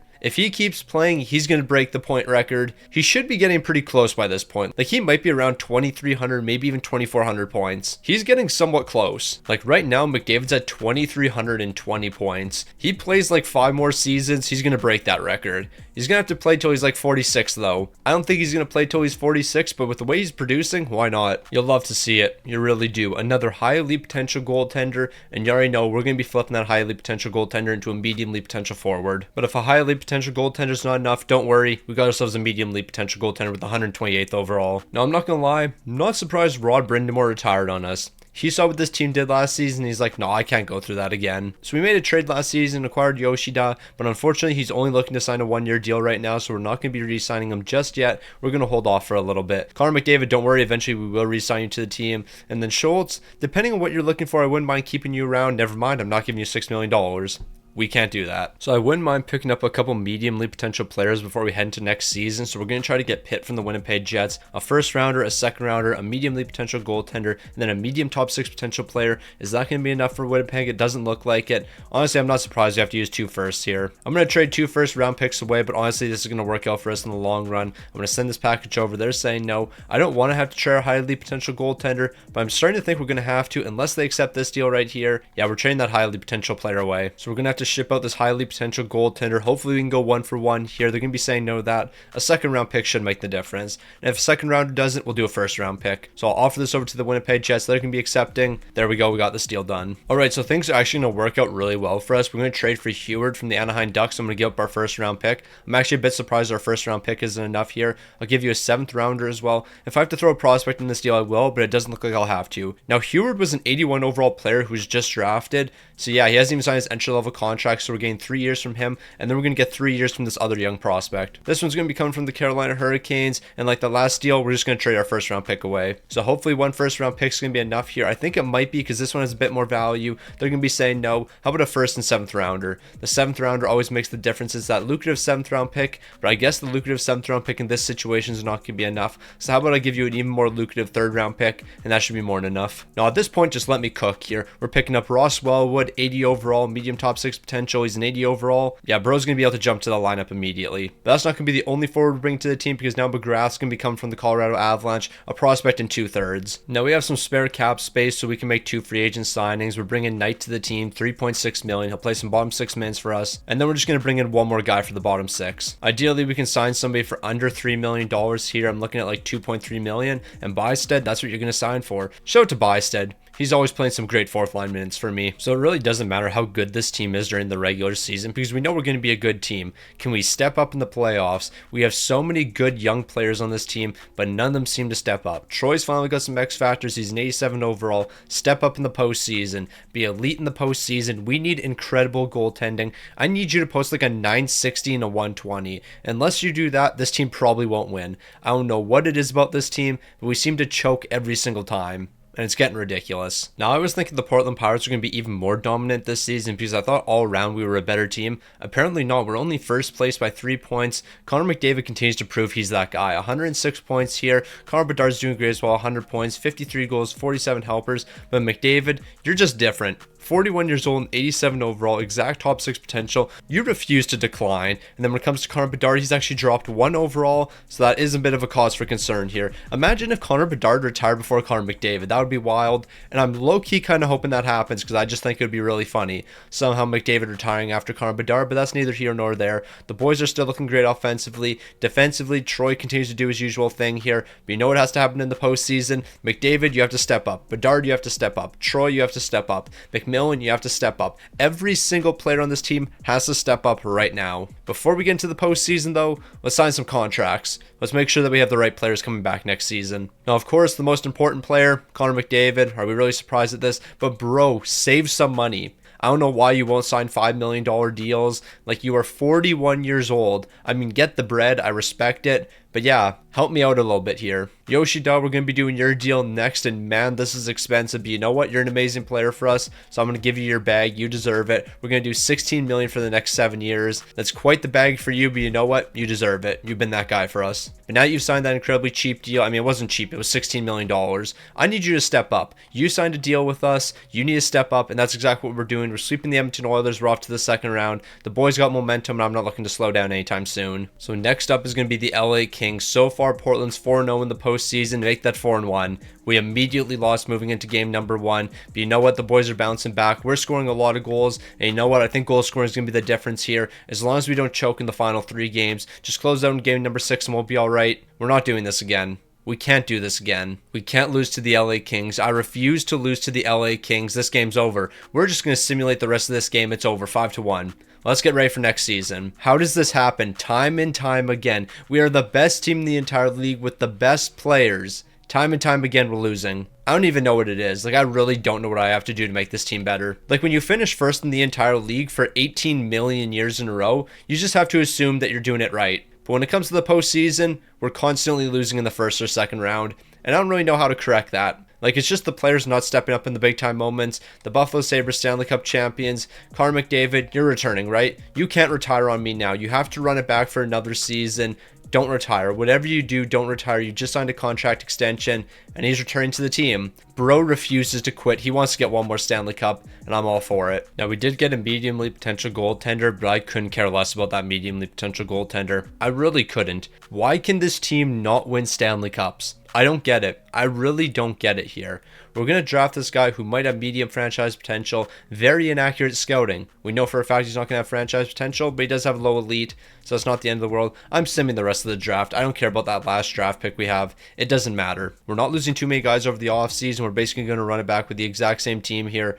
But I need somebody to step up on this team. I don't care if it's McDavid. I don't care if it's Bedard. Somebody step up. So in the re-sign phase, it's very simple here. Qualifying RFAs, and that's it. We can't afford to sign these guys. They're looking for about $5 million each. We'll just trade them away. So we have a little bit of money to work with. Rikus, you're turning into one of our #1 defensemen here, so I'm going to keep you on the team. You're actually willing to sign a pretty reasonable deal here. We'll do $11.3 million for the next 8 years. You're not getting no movement or anything, so you're going to be sticking around. Obviously, McDavid's going to stick around in the future. And then this other defenseman, what are you looking for? $11 million. If I sign you, we won't have enough money for McDavid. So we can't do this deal yet. We have to know if McDavid's going to be coming back to the team next season. Now, similar to last year, we're going to bring in some 18-year-old players. You know what? They're 79 overalls, 80 overalls. They can play bottom 6 minutes for us. So this is going to be the first deal. Then we're going to move over to Utah and make another deal. Like, bringing in these young prospects, yeah, they're not superstars by any means, but you know what? They're going to fill their role in the 4th line, and that's really all we need. This guy's a 77 overall. Play a role in this team, and we're not going to have any issues. So we'll trade one of our RFAs and a 2nd round pick over to Utah, and we're bringing in one of these young players. They're going to say no to that, but as we know, a 7th round pick will make the difference. So here's a 7th rounder, and just like that, we're ready for next season. Nah, McDavid, you're actually something different. 41 years old, still an 88 overall. Meanwhile, Connor Bedard's dropped to a 94 overall, elite potential. I'm on the McDavid bandwagon. I want him to have a longer career than Connor Bedard. I mean, you've already had a way longer career than Connor Bedard, but I want you to retire after Connor Bedard because I think that would just be really funny. When it comes to defense, you know what? The defense is in a really good spot. Blair, I do not want you playing minutes for us this season. We're going to do something like this. We're playing a right defenseman on the left side, but you know what? We're doing that because I want Pitt playing. Pitt looks like an absolute superstar. We're going to run some very questionable lines. Like, we're going to run some lines like this. Yeah, we have a lot of right defensemen on the left side, but that's neither here nor there. We have great goaltending. We got great forwards. We're going to finish first in the entire league. Then we're going to lose to the LA Kings in the 2nd round. That's how it works every single season. This has happened far too many times. The LA Kings run Portland right now, and that's got to change. So the Portland Pirates are frauds now. We might be scoring 4.4 goals per game, but you know what? Our defense just isn't quite good enough. Okay, hold on. We actually have to talk about this. We were scoring 4.4 goals per game. The LA Kings were ahead of us. We were significantly better offensively than this team, like 48 goals better than them. However, when it comes to defense, we were just slightly worse than them. 13 more goals allowed. How did they finish ahead of us? No, the LA Kings are really the opposite at this point. Like, ain't no way this team is dominating us that much. Connor McDavid at 42 years old, you're an 88 overall. You've lost your superstar X factor, but you still picked up 106 points. Meanwhile, Connor Bedard, you're an absolute fraud here. 94 overall, only 95 points. What is wrong with you? How is McDavid outscoring you? Bro should be in a senior's home. He is 900 years old. We're taking on the Anaheim Ducks. we just have to simulate the entire postseason. Like, real talk, we are just simulating the entire postseason here. We are not stopping whatsoever. We are just going to watch the simulation and pray this team doesn't completely choke. We're winning game number 1. That's a great sign. Can we win game 2? Yes, we can. A sweep over the Anaheim Ducks would be a great start here, but why would we sweep the Anaheim Ducks? We're dropping game number 3. Are we going to drop game 4? No, we aren't. Okay, we're taking the Anaheim Ducks down, right? Yeah, we're beating the Anaheim Ducks only to lose in the second round to the LA Kings. I'm calling it right now. This team is going to somehow choke to the LA Kings. We've dropped 2 straight games. Have we dropped 3 straight games? No, we won one of those games so far. But how are things looking for us? Are we making a massive comeback here? Made it all the way to game 7 just to lose. I'm not surprised. I'm not surprised in the slightest. We lost to the LA Kings yet again. This is getting beyond ridiculous. The LA Kings really weren't that good of a team. Like, yeah, they were first in the entire league, but you know what? We were competing with them. But once again, for the 900th year in a row, the LA Kings are going to upset us. It's getting ridiculous. This is beyond ridiculous. How do the LA Kings beat us every single season? Like, every year, the LA Kings come out on top, even though we're the better team. We're heading to player retirements. Connor McDavid, I know you're going to retire. Bro is just built different. This is actually getting ridiculous. He might play till he's 50. He refuses to retire. And I'm not going to lie, I'm actually a bit upset he didn't retire, because that means we have to give this man an extension, and that means we're going to have to lose one of our elite defensemen because we have to bring Connor McDavid back here. So Connor McDavid, how much are you going to look for? He wants a 2-year deal. Ain't no way. We are paying this man more money than what he's getting paid right now. We have to give him $1 million more, and it's a 2-year deal. Ain't no way. Now, we are going to get a lowly potential player in the draft, but I couldn't care less about this lowly potential player. I really couldn't. And you know why? Because this team refuses to win. We just don't want to win here. We're getting another gem in the draft, probably going to have lowly potential. But once again, doesn't matter. You guys are frauds in the postseason. Stop being frauds. Well, making trades should be really easy. We have $6 million in cap space, and we now have 2 low franchise potential players. We're going to trade both of these guys and ideally get some really good young guys. We're going to lose this defenseman, though, because I don't think he wants only $6 million. He's looking for 15. We have 6 to work with. We'll qualify this lowly potential player, and then everyone else is going to walk. So this is what we're going to do. One of our low franchise potential players is going to be sent over to Detroit. We're getting a medium-league potential player and a medium top 6 potential player. So we're getting 2 for the price of 1. So I want to try to get these 2 medium-league potential players from the Tampa Bay Lightning. I don't think it's going to be possible here. I don't think we have the assets. We could do 2 first-round picks, but we do have medium-league potential goaltenders. So I could throw this medium-league potential goaltender in and see if that's going to be enough to make the difference. They're going to say no. I guess we're doing first-round picks. So we'll do first-round picks for the next 2 seasons. Hopefully this is going to be enough to get the deal done. That's huge for us. So of course, Connor Bedard, the video is about you, so we have to re-sign to the team. $13 million for the next 4 years. You're going to be sticking around. We're saving $700K there. If only someone like Connor McDavid would take team-friendly deals like that, because bro is constantly letting me down here. Now, the one good thing with these guys are like 79 overall is we can re-sign them to somewhat reasonable deals. We're going to be signing Wellwood for $1.8 million, and then we do have this lowly potential player. Honestly, I can do $1.8 million. Actually, I don't want to do that. You're only a 76 overall. I take it back. Now, I'm not going to lie. The boys are facing some tough times right now. Like, we have a 79 overall in our top 6, but you know what? He is a good fit here. He's got medium league potential. He's going to be a good player for us. Connor McDavid, you are 42 years old. Just keep doing your thing. Like, how many points do you have at this point? We've played 2 seasons since I last looked, and you're at 2,500 points. There is a very good chance if you play for 2, maybe even 3 more years, you break Wayne Gretzky's record. So stick around for the next couple years, and you're going to be setting records here. You'll love to see it. Goaltending wise, Troy's still the man for us. We have a decent goaltending pairing, but we all know we're going to lose to the LA Kings. Like, the LA Kings are the biggest ops, and no matter what we do here, we're going to lose to LA. We could go 82-0, and LA would still take us down to sweep. It's getting ridiculous. I mean, it's not getting ridiculous. It's been ridiculous for the past 5 years. We are clearly the better team. We are better in basically every aspect of the game compared to the LA Kings. But in the postseason, everyone disappears. And it's getting stupid. Now, I feel like Portland's been in this position before. The best offensive team, the best defensive team, the best record in the entire league. We've seen this a million times. There is one massive thing that surprises me, though, is the fact that McDavid continues to lead the team here at 43 years old. Like, Connor Bedard, why are you having a bigger statistic fall off than he is? Like, over the past 3 to 4 years, we've watched your stats slowly fall here. But when it comes to a guy like Connor McDavid, he's actually been relatively the exact same when it comes to his stats. Goaltending's amazing here. But yeah, why is Bedard having a bigger fall off than McDavid? Is Bedard going to retire before McDavid? That just wouldn't be right. We're taking on Utah in the first round. Don't choke.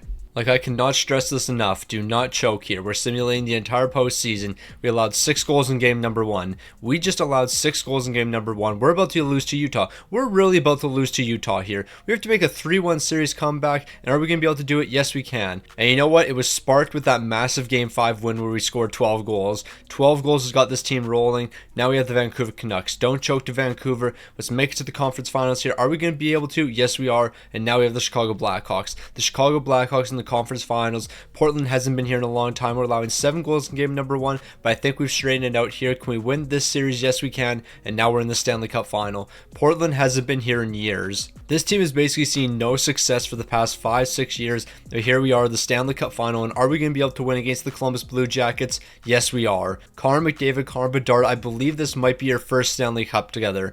You guys finally won your first Stanley Cup together in the year 2040. Ain't no way. Connor Bedard, 23 points, 12 goals, 11 assists. You were a big-time player. You know who else is a big-time player? Connor McDavid. 43-year-old Connor McDavid, still one of the best players on this team. I want to look at this man's trophy case real quick, because he's been absolutely dominating the league, and he's been here for a very long time. Like, he has to have a ton of awards by now. 4 Stanley Cups, a Conn Smythe, 3 Hart Memorials, 4 Ted Lindsays, 6 Art Ross trophies, a Maurice Rocket Richard, and then 5 Lady Bangs. You play a couple more years here, then without a doubt you're going to be classified as the GOAT. But that's if he plays a couple more seasons here, because you never know. Connor McDavid might be calling it a career. He is 43 years old, and it looks like that's finally going to happen here. Connor McDavid with the Portland Pirates is finally retiring. And why did you have to retire this season? Bro finished with 993 goals. It would have been possible for Connor McDavid to surpass Wayne Gretzky, but he had to play a couple more years. But you know what? He's going to be calling it a career here. We're down to 1 player, the future of the NHL, Connor Bedard,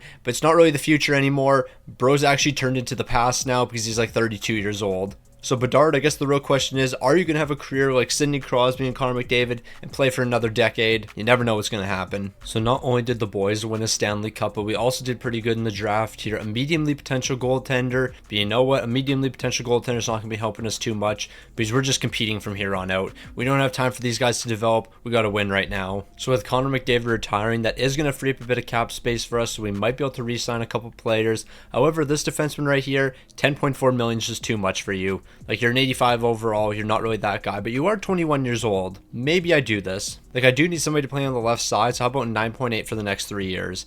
I think that's a pretty fair deal for you. If you're willing to accept, I'll keep you on this team, and it looks like he's going to stick around. So the most important players that we have to bring back here, Frondell and Hunter. Actually, Frondell, I think we'll trade you away. You're 33 years old, you're not getting any younger, and now that we've lost McDavid, we could use another player on the team, and then Hunter, we might trade you as well. The reason for that, you have franchise potential, and we could probably get some younger players on a cheaper contract. So this is what we're going to do. Frondell, I'm going to trade you to the San Jose Sharks. We're going to get Bodie. He's a good left winger, 90 overall, 12.3 million for the next 5 years. So that's cheaper than what Frondell is going to sign for. We're also going to get Hackett in this deal so he can play some bottom 6 minutes. 2 first-round picks. Obviously, this is not a fair trade whatsoever. I'll take one of the first-rounders out, and then we're going to be just a little bit low here. So a third-rounder will make the difference or something. Maybe even a 7th-round pick. Who really knows? So we'll just throw the 3rd-round pick in because that basically has the exact same amount of value as a 7th right now. They're going to be saying no to that. That's how you know we're a great team. Our 3rd-round picks right now have the same value as a 7th. That makes no sense, but you know what? That's just the case. So here's the next deal we're going to do. Hunter's off to the Calgary Flames. You're going to get this lowly potential defenseman. He's an 86 overall, so he's going to have exact elite potential in just a couple years. We're going to get 3 first-round picks as well, but we have to take on this contract right here. Bro's a 79 overall. We're going to pay him $5 million, but we have to take on that contract in order to make the money work. So we'll do one more trade here. One of the RFAs is off to the Boston Bruins. We're getting a cheap player here. Now we're done with moves. Let's get ready for next season. So the boys were able to win a Stanley Cup, but Connor Bedard has dropped to a 91 overall with top 6 potential. The way he's regressing, I wouldn't be surprised if he only has like 3 years left, because he's regressing a lot faster than any of the other players we've seen before. Defensively, we're still in a great spot here. Goaltending, we're still in a great spot. We know for a fact this team's going to win 55 plus games. We're going to compete for a Stanley Cup, but now that Connor Bedard's all by himself, let's see if he can win. Alright, so we all knew this was going to happen. Portland's first in the entire league, but McMillan's leading the way with with 118 points. I'm really curious to see what Bedard did. Only 97 points. Yeah, bro's officially washed. He's not that guy anymore. 88 overall, 35 years old. I fully expect him to retire at the end of this season. Yeah, he's got a lot of good years left, but just based on the way Bedard's been regressing and everything, I think he's going to call his career a lot sooner than Sidney Crosby and Connor McDavid. Unfortunately, we're going to be losing in the first round here as we have to take on the St. Louis Blues. Nothing's been easy for Portland. Like, I got the Tarasenko jersey on right now, so there's absolutely no way the Portland Pirates are going to beat the St. Louis Blues. We're dropping game number 1 here. Are we really surprised at that? We're allowing 6 goals in game number 2, but hey, it looks like the team's outscoring their problems right now, and that's the only way we're going to beat St. Louis. Yeah, we're allowing 5 goals. We'll just score 6. So we're done looking at the playoff bracket here. It's all about the postseason matchups that we get into. Is it going to be a sweep over the Anaheim Ducks? The boys keep on rolling. But we'll begin into a matchup just a couple days later. It's not going to take long before we have to take on the Winnipeg Jets. Winner of this matchup right here is off to the Stanley Cup final, and we're going to see if Connor Bedard's able to win by himself. But first, we have to get past the Winnipeg Jets. Things look great in the first 2 games, and then things have looked terrible in the past 3. The offense has completely disappeared for us, scoring 2 goals in the past 3 games. I don't know what just happened to this Portland Pirates team, but we can't find the back of the net up until this moment right here. We're taking this game 3-2. So it all comes down to game 7. Win game 7 and you're in the Stanley Cup final. So the boys are going to lock in here. The Portland Pirates taking on the Winnipeg Jets. Winnipeg's picking up 2 goals in the first period, but that's perfectly fine because Connor Bedard's going to be responding. The boys are answering in the second period, but in the third period, Winnipeg's going to make this a close one. Overtime's going to have to settle this series. Never mind. Double overtime's going to have to settle. We lost. Okay. Yeah, I got nothing to say about that. We lost in the conference finals. This team just can't do anything right. Like, seriously, the Portland Pirates should probably have about 8 or 9 Stanley Cups by now. But this team just refuses to win. Like, this is ridiculous. This is getting beyond ridiculous. Connor Bedard, I assume you led the way here. Nah, you're washed. 18 points in 16 games. Bro's not him. Bro is really just not him anymore. Goaltending wise, we actually weren't bad, but we just don't win those important games. It's game 7. We need to show up. A big time player has to score the overtime goal, but we just won't do that. We just won't score that extra goal that we need. Every single time we're in an elimination game, we don't score the extra goal. We need one more goal and then we're going to be alright. We just got the 4th overall pick and the 12th overall pick. We can celebrate that. But every single season, we are that close to winning, and then we just collapse. Connor Bedard, I assume you're not going to be retiring. It doesn't look like it. We got the 4th overall pick, so let's work some magic. So the 4th overall pick is going to work out really good for us. A medium-league potential player, a good defensive defenseman. We've been missing a defensive defenseman on this team for a while. Alright, so we have to re-sign Pitt, and I know for a fact we're not going to be able to. And he has a ridiculous amount of trade value. So we're going to trade him and we're going to get a handful of assets here. We're going to get the guy who was drafted 1st overall. We're getting an elite player that was drafted pretty high last season. And we're going to get a 1st overall pick here. Well, not a 1st overall pick. We're going to get a 1st round pick. That's the same difference. So I'll give you our 2nd round pick for next season. Hopefully that's enough to make the difference. We just need to add a little bit more. No, we're really finessing teams out here. Here's the 130th overall. They're still saying no to that. I'll give you a 5th and 6th rounder. So all of this being sent over to Dallas. They're going to be saying yes here. We're just finessing teams like crazy. So Wolf, we lost one of our good defensemen because I traded them away. But you know what? We're going to keep you around. You're our new #1 defenseman here. This is a pretty reasonable contract for you. 87 overall. You're 21 years old. You're going to keep on getting better. And you never know. You might even reach franchise potential. Alright, so Connor Bedard is still around here, but he only has top 9 potential. So yeah, he's only got a couple of years left. Once you drop to top 9 potential, you maybe have 2 years left if you're lucky. The team's still looking amazing here. You know for a fact we're going to compete for a Stanley Cup. And you also know we're going to choke in the postseason. Time and time again it happens. At this point, I'm not even expecting a different result. I know we're going to win the President's Trophy, and then I know we're going to lose in the 2nd round. It's just the way it goes. So we already know how things work here. First in the entire league, the best offense, the best defense. We do this every single season. McMillan's leading the way, 101 points. Bedard, you had 98 points, so it's a good bounce back season. However, you're an 85 overall. Bedard, this might be one of your last chances to get a Stanley Cup, so you know what? We can't mess around here. I don't need to look at goaltending numbers because it doesn't matter. We're losing in the 1st round. We don't have to look at goaltending numbers. We all know we're going to lose to the LA Kings. If we make it past the LA Kings, we're going to be Stanley Cup champions, but I think we all know we're going to lose here. We have a 3-1 series lead, but you know what? That's not good enough for me. I need to see the LA Kings losing here. They won game number 5. I think we all saw that coming. They're going to win game number 6 here. Okay, no they aren't. The boys have a chance here. We have a chance at winning the Stanley Cup. We just took down the LA Kings. Do not screw this up. This is the best chance we've had in years. This is the best chance we've had in decades. We don't have to worry about the LA Kings. We dropped the first 2 games. We dropped the first 3 games. We almost got swept. Yep, I don't want to jump into Simcast. We all know what's going to happen here. The boys are going to make a 3-0 series comeback. I see the vision here. We're jumping into game 7. You know what? We're not jumping into game 7. I haven't jumped into Simcast for any of these games and it's worked out for us. Okay, I should have jumped into Simcast. We lost. We really lost. We won 3 games in a row. I got way too gassed up here. We lost. Connor Bedard in what potentially was your final season, but you never know, it might not have been. 13 points in 13 games. You hate to see it. My heart is broken.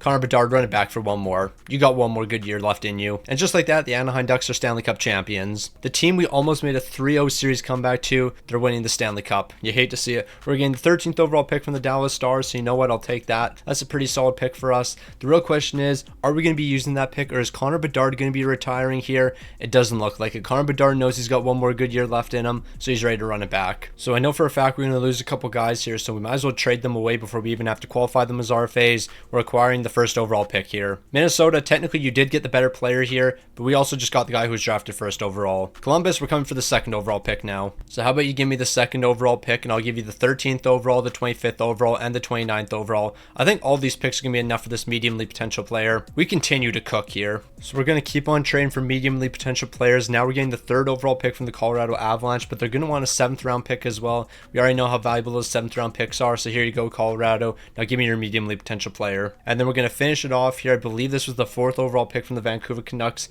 A good defenseman. We could use a good defenseman on our team. Medium league potential defensive defenseman. He's an 81 overall. I'm pretty sure we got some more RFAs on this team. So here we go. 1 RFA and 1 medium top 4 potential defenseman for 1 medium league potential defenseman. That's how you complete a deal. So we got ourselves $7 million to work with. And if I'm being honest, I don't think we're going to be able to sign any of these guys for just $7 million.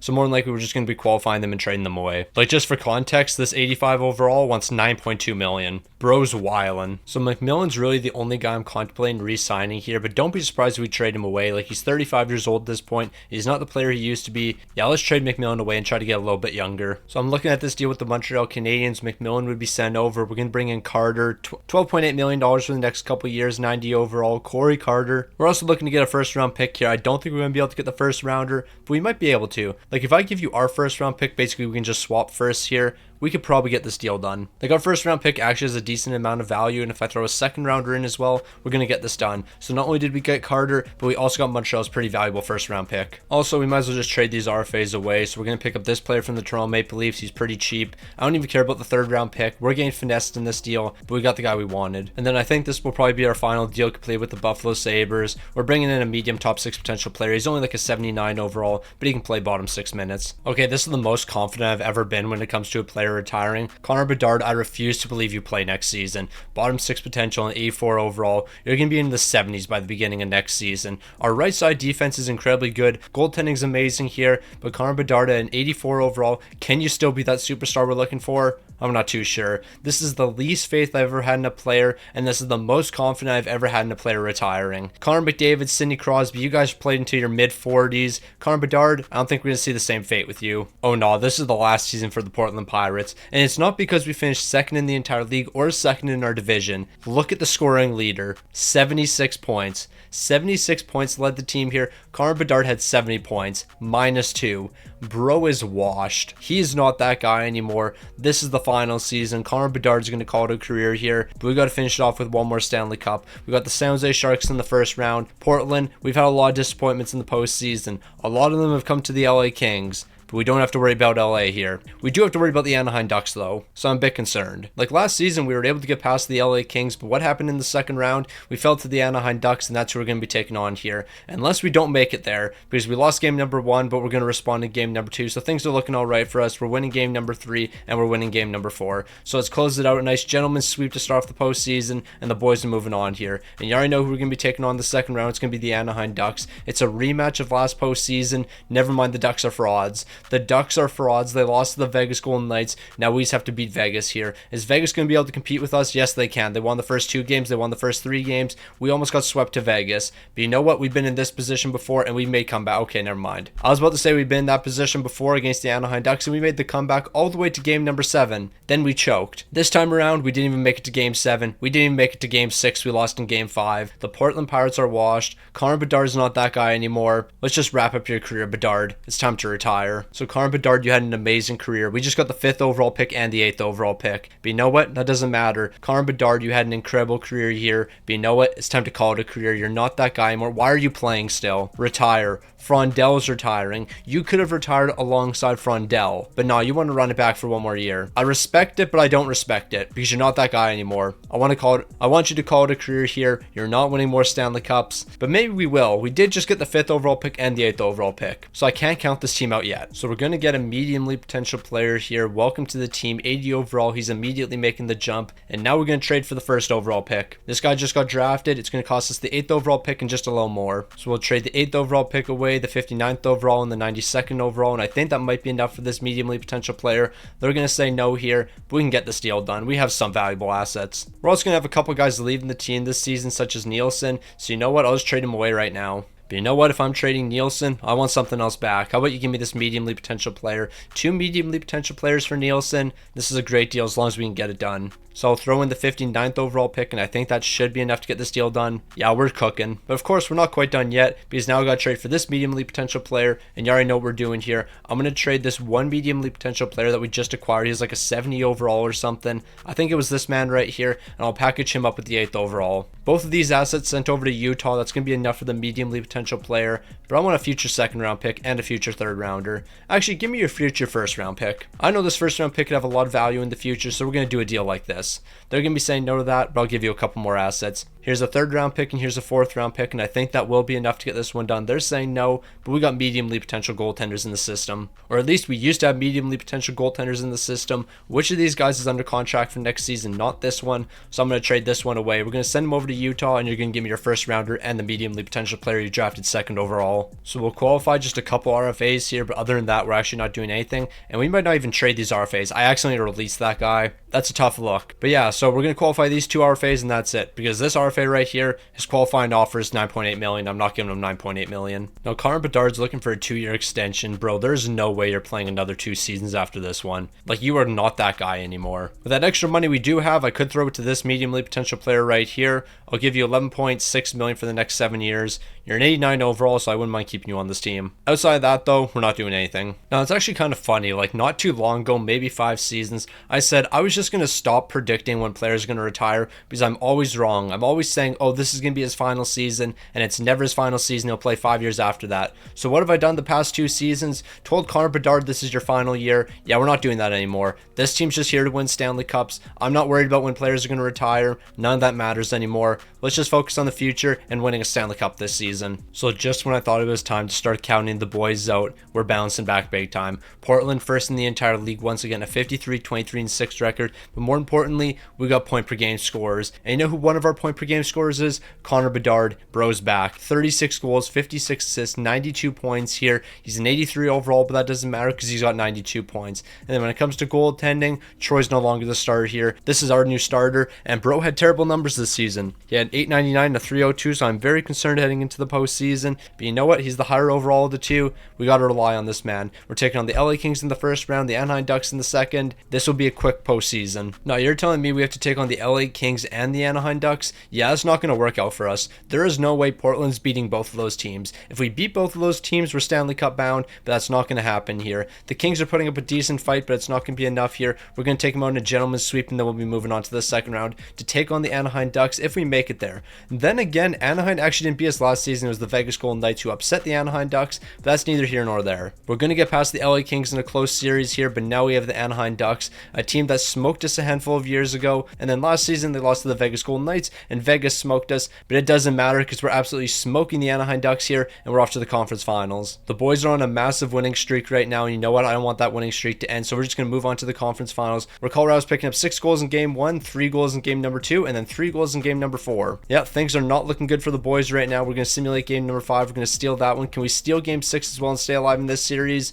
Of course not. No, this team is really just constant disappointment. Like, I can't even get get over it anymore. Always. Like every single season, the Portland Pirates are going to find a new way to choke. Granted, in those elimination games, should have I gone through Simcast? Absolutely, but I didn't feel like going through Simcast. This team isn't the team they used to be. Connor Bedard's not the player he used to be. Bedard, I need you to retire while you're somewhat on top. Like, we were the best team in the entire league. Yeah, we didn't win the Stanley Cup here, but I don't want you sticking around and then you end up becoming like a 78 overall player. You're still a respectable NHL player. You know what? This is the perfect time to retire. So is Bedard finally going to call it a career here? Bro refuses to retire. Gavin McKenna retired before Connor Bedard. Gavin McKenna also did not have that good of a career. Bro was very mid. Now I think we're just going to make 2 trades here and then immediately head into next season. We're going to get the guy that was drafted first overall by the Toronto Maple Leafs. I'm going to send this package over. They're accepting. And then we're going to trade for one of the defensemen. I think we'll trade for this defenseman the Columbus Blue Jackets had. And then after making these deals, we're just jumping right to next season. There's nothing else we have to do. So I'll give up this medium league potential player, the 97th overall. We're basically just swapping players here. I just need them to accept this deal. Here's a 7th rounder and a 6th rounder. I don't care whether or not you want these picks or not. You're going to be accepting this deal. Let's get ready for next season. Nothing else we have to do. So thankfully, out of all the guys we're losing here, we're not going to be losing any medium league potential players or anything. So the guys that we do have to replace won't be too difficult. However, we are losing an 87 overall defenseman, so that's going to be tough to replace. Then again, we could sign him. Like, we do have $19 million in cap space, so if we wanted, we could. But I think we'll actually just spend this money on all these guys right here. Like Christensen, I can definitely do $3.6 million for 1 year. Like, that's not going to hurt me too much. Wellwood, we could probably get a deal done with you as well. What are you looking for? $4.1 million. How about we do 3.9?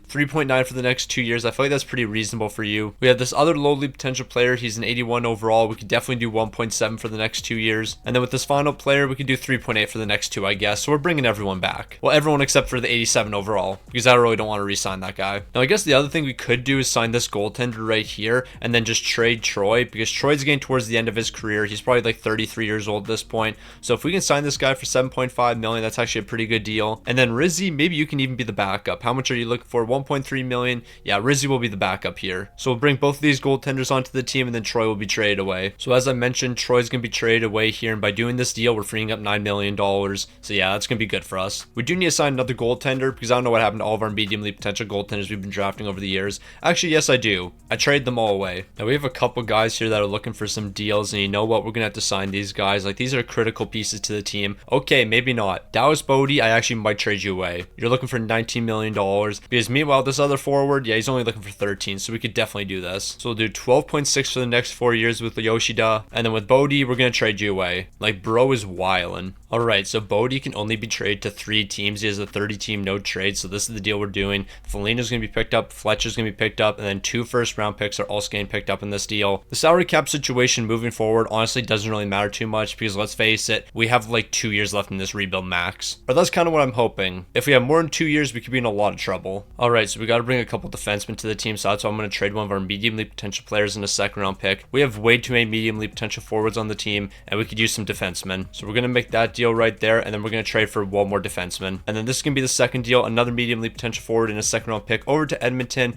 Edmonton's getting all of our medium league potential forwards. We're getting all their medium league potential defensemen. So it's going to work out for us at the end of the day. So Connor Bedard, you're about to reach the 40-year-old club. You're 39 years old right now and 84 overall. Can you reach that club? I'm not 100% sure, because I don't know how many years you have left. The team's still looking amazing here. Goaltending might be the lone question mark this season. Like, this is the worst the goaltending's looked in a long time. But in reality, an 85 and an 84 really isn't that bad when you look at the rest of the goaltenders in the league. Of course, the LA Kings are ahead of us. Why would the LA Kings not be ahead of us here? We won 57 games, but the LA Kings are still going to find a way to finish ahead of us. Yoshida is going to be leading the way. He's picking up 85 points here. Connor Bedard only 78. He's still at 36 goals, 83 overall, bottom 6 potential. Bro's still producing here. He might not be the player he used to be, but you know what? He's still looking pretty solid here. Goaltending looked incredible this season. I thought goaltending was going to be the lone question mark. Apparently not. That was actually our biggest strength. Our biggest strength was the questionable goaltending. Who would have thought? We have the Calgary Flames in the first round, and then of course the LA Kings in the second. We know what's going to happen. Now, I don't want to take the Calgary Flames easy here, but you know what? We clearly should be the favorites. We dropped game number 1.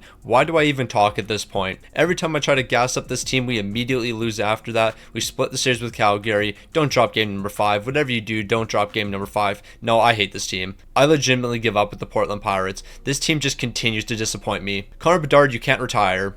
Whatever you do, do not retire here. You can't go out like this. I refuse to allow you to go out like this. So honestly, it would just be a massive waste of time to look at the scoring for this team. The Florida Panthers are Stanley Cup champions. Connor Bedard, you have one more in you. We're going to be getting the 6th overall pick from the Chicago Blackhawks. Montreal's getting the 1st pick from Utah, but that doesn't matter. The only thing that matters is whether or not Connor Bedard's going to run it back for one more season. I think he's got one more year in him, but I guess not. Connor Bedard's going to call it a career here. But that's what I thought. I thought Connor Bedard was calling it a career here, but this isn't our Connor Bedard. I didn't realize the other Connor Bedard was still in the league. When I saw Hartford Wolfpack, I knew something wasn't right here, but no, our Connor Bedard actually hasn't retired yet. He's running it back for one more year. Bro's not quite done yet. So the Montreal Canadiens had 2 picks in the top 5. They drafted a medium-league potential forward and a medium-league potential defenseman. I'm going to package up one of the guys who's going to become an RFA in the 6th overall pick. Send this over to Montreal. They're saying no, but we're going to get this deal done. I'm not too concerned. I'll even give you the 25th overall pick just for you guys to accept this deal, and Montreal's going to be saying yes. And then we're going to make one more trade at the draft here. We're going to get this defenseman from the Washington Capitals. We're going to trade our RFA over. I honestly thought 1 for 1 would be enough here. I'll give you a 2nd round pick as well, and then we're going to be ready for next season. There's really not too much we have to do here. Here's the 91st overall pick. Let's run it back. So we do have $11 million to work with. So Christensen, I could actually bring you back for one more season here. We'll do 3.7 for 1 year. Let's run it back. We're going to be rocking almost the exact same team. I'll sign this one rookie here. Actually, I'll sign all these rookies, but yeah. This team's ready to roll. I mean, I guess we do need a backup here. So yeah, we'll sign one of these backups. Okay, definitely not him. Rizzy, what are you going to be looking for? 1.3. I can do 1.3. I'll actually give you 1.4 just because you've been that guy for us. So of course, we have to bring Bedard back to the team. He's obviously the most important player. He's looking for a 2-year deal yet again here. We're doing $5.8 million for the next 2 years. What's with Bedard always wanting to sign these 2-year deals? I mean, if you want to sign 2-year deals, I'm perfectly fine with you coming back to the team. Fletcher will also re-sign you here. And this is going to be a reasonable deal here. We'll probably do 11.7 million. We'll make that 11.6 million. So 11.6 for the next 3 years. We're actually going to be saving a bit of money. And then Foligno, I want to keep you on this team as well. And with you, we're probably going to be able to do under $10 million. What are we looking at here? We'll do 9.8 for the next 5. So Foligno's going to come back as well. Connor Bedard's coming back to the team. Okay, I don't know if the game glitched or something, because this shouldn't be possible. I shouldn't be able to give Hamonic $3.8 million for the next 2 years when he's a 90 overall. I'll definitely take that deal. I won't complain about that whatsoever. That is the greatest deal of all time. So Connor Bedard, you're an 82 overall. You have AHL top 6 potential now. If you play multiple seasons with AHL top 6 potential, then you're just defying the odds. Because there's no way at 40 years old with AHL top 6 potential, you're going to be running it back for multiple years here. But you know what? Connor Bedard's defied the odds. Basically, every single player so far has defied the odds when it comes to age. And they just all keep on performing, so you never know what's going to happen here. Connor Bedard, I wouldn't be surprised if he picked up 110 points this season. I also wouldn't be surprised if you only picked up 30. It could really go either way. Okay, now this is just stupid. We finished 4th in the entire league, a 51-26-5 record. We're a wild card team because every team that finished ahead of us was also in our division. 51 wins didn't win us our division. It didn't get us 3rd in our division. It didn't even get us 2nd in our division. We're a wild card team at 4th in the entire league. That's absurd. The Pacific Division's loaded. Connor Bedard's completely washed. He was -8 this season, 81 overall. This is the last chance for Connor Bedard. Can he get a Stanley Cup by himself? We're about to find out. It's not going to be an easy task for us. We're a wild card team. We're taking on Colorado first. Then we got St. Louis or Minnesota. If we have to take on St. Louis, you already know we're going to be washed. Now, in a situation like this, a normal person would probably move Connor Bedard down a little bit in the lineup. He didn't look great this season, but you know what? This is Connor Bedard's team, and Connor Bedard's going to continue to play on that first line until he retires here. We're going to be splitting the series so far with the Colorado Avalanche. Game number 5 is going to be a massive one. We can't afford to lose game number 5. We have to show up when it matters, and that's what the boys are doing. Goaltending is looking fantastic. Close out in game 6, and let's move on here. The boys are looking good still. Now, we can't afford to stop here. Luckily, we're going to be avoiding the St. Louis Blues. We got the Minnesota Wild instead. I'm definitely okay with taking on the Minnesota Wild. They're not going to be nearly as competitive as the St. Louis Blues. Then again, they just stole the first 2 games. They stole the first 3 games. Yeah, we might as well just say this series is all over. The boys are heading home. Connor Bedard in your final postseason. You're not going to be able to do it. You're not going to be able to win a Stanley Cup by yourself. But you know what? It wasn't your fault. Yeah, you're an 81 overall, but the rest of the team has like 85s and above. So we should have been able to figure it out here. We just weren't able to. But I'm sorry, we can't be relying on a 40-plus-year-old Connor Bedard to be leading the way. We got the 6th overall pick, by the way, so we can celebrate that. But we can't be relying on Connor Bedard at this point. He's just not the player he used to be. Bro, retire. Like, I'm sorry, it's time for you to retire. And Connor Bedard, I'm actually retiring you myself. So I'm going to force the retirement for Connor Bedard, meaning I'm just not playing next season. It's time for you to retire, Bedard. The team's heading in the wrong direction here. You're heading in the wrong direction. Nothing's going right for this team. You're going to be like a 78 overall next season. Connor Bedard's lost all of his X factors. He's 40 years old. He's a 78 overall. By rights, he should be in the AHL next season. I'm not forcing a 78 overall Connor Bedard to play first line minutes for us. He's been seeing steady decline over the past couple years. 3 years ago, he picked up 92 points. Last season, he picked up 78. But you know what? He still had good goal scoring numbers. If his goal scoring numbers were still good, maybe I would keep him on the team. But bro's just completely fell off. 21 goals, 39 assists, 60 points. Connor Bedard, I'm calling your career right now. I'm going to force you to retire here. Like, at least with Sidney Crosby and Connor McDavid, they were still serviceable players. They were sitting in the low 80s. I believe Sidney Crosby is even like an 83 or even an 84 in his final season. Connor Bedard's a 78. And you never know. Connor Bedard might play one more season as a 78 overall. And then he's going to decide, you know what? I got one more in me. And then he's going to play another season as a 75 overall. Like, bro, you're not that guy anymore. The 3-generation rebuild is now complete here because I'm forcing Connor Bedard to retire. I don't know what's with all these guys playing past 40 years old. Bedard played past 40. McDavid played past 40. Sidney Crosby played past 40. I guess age doesn't affect these guys. Every single one of them finished with over 2,000 points here, and that's really all that matters. 3 new players have entered the 2,000 point club, and you know what? They're 3 generational players. So show to these 3 legends here, but Connor Bedard, I'm forcing your retirement. It's time to call it a career, my guy.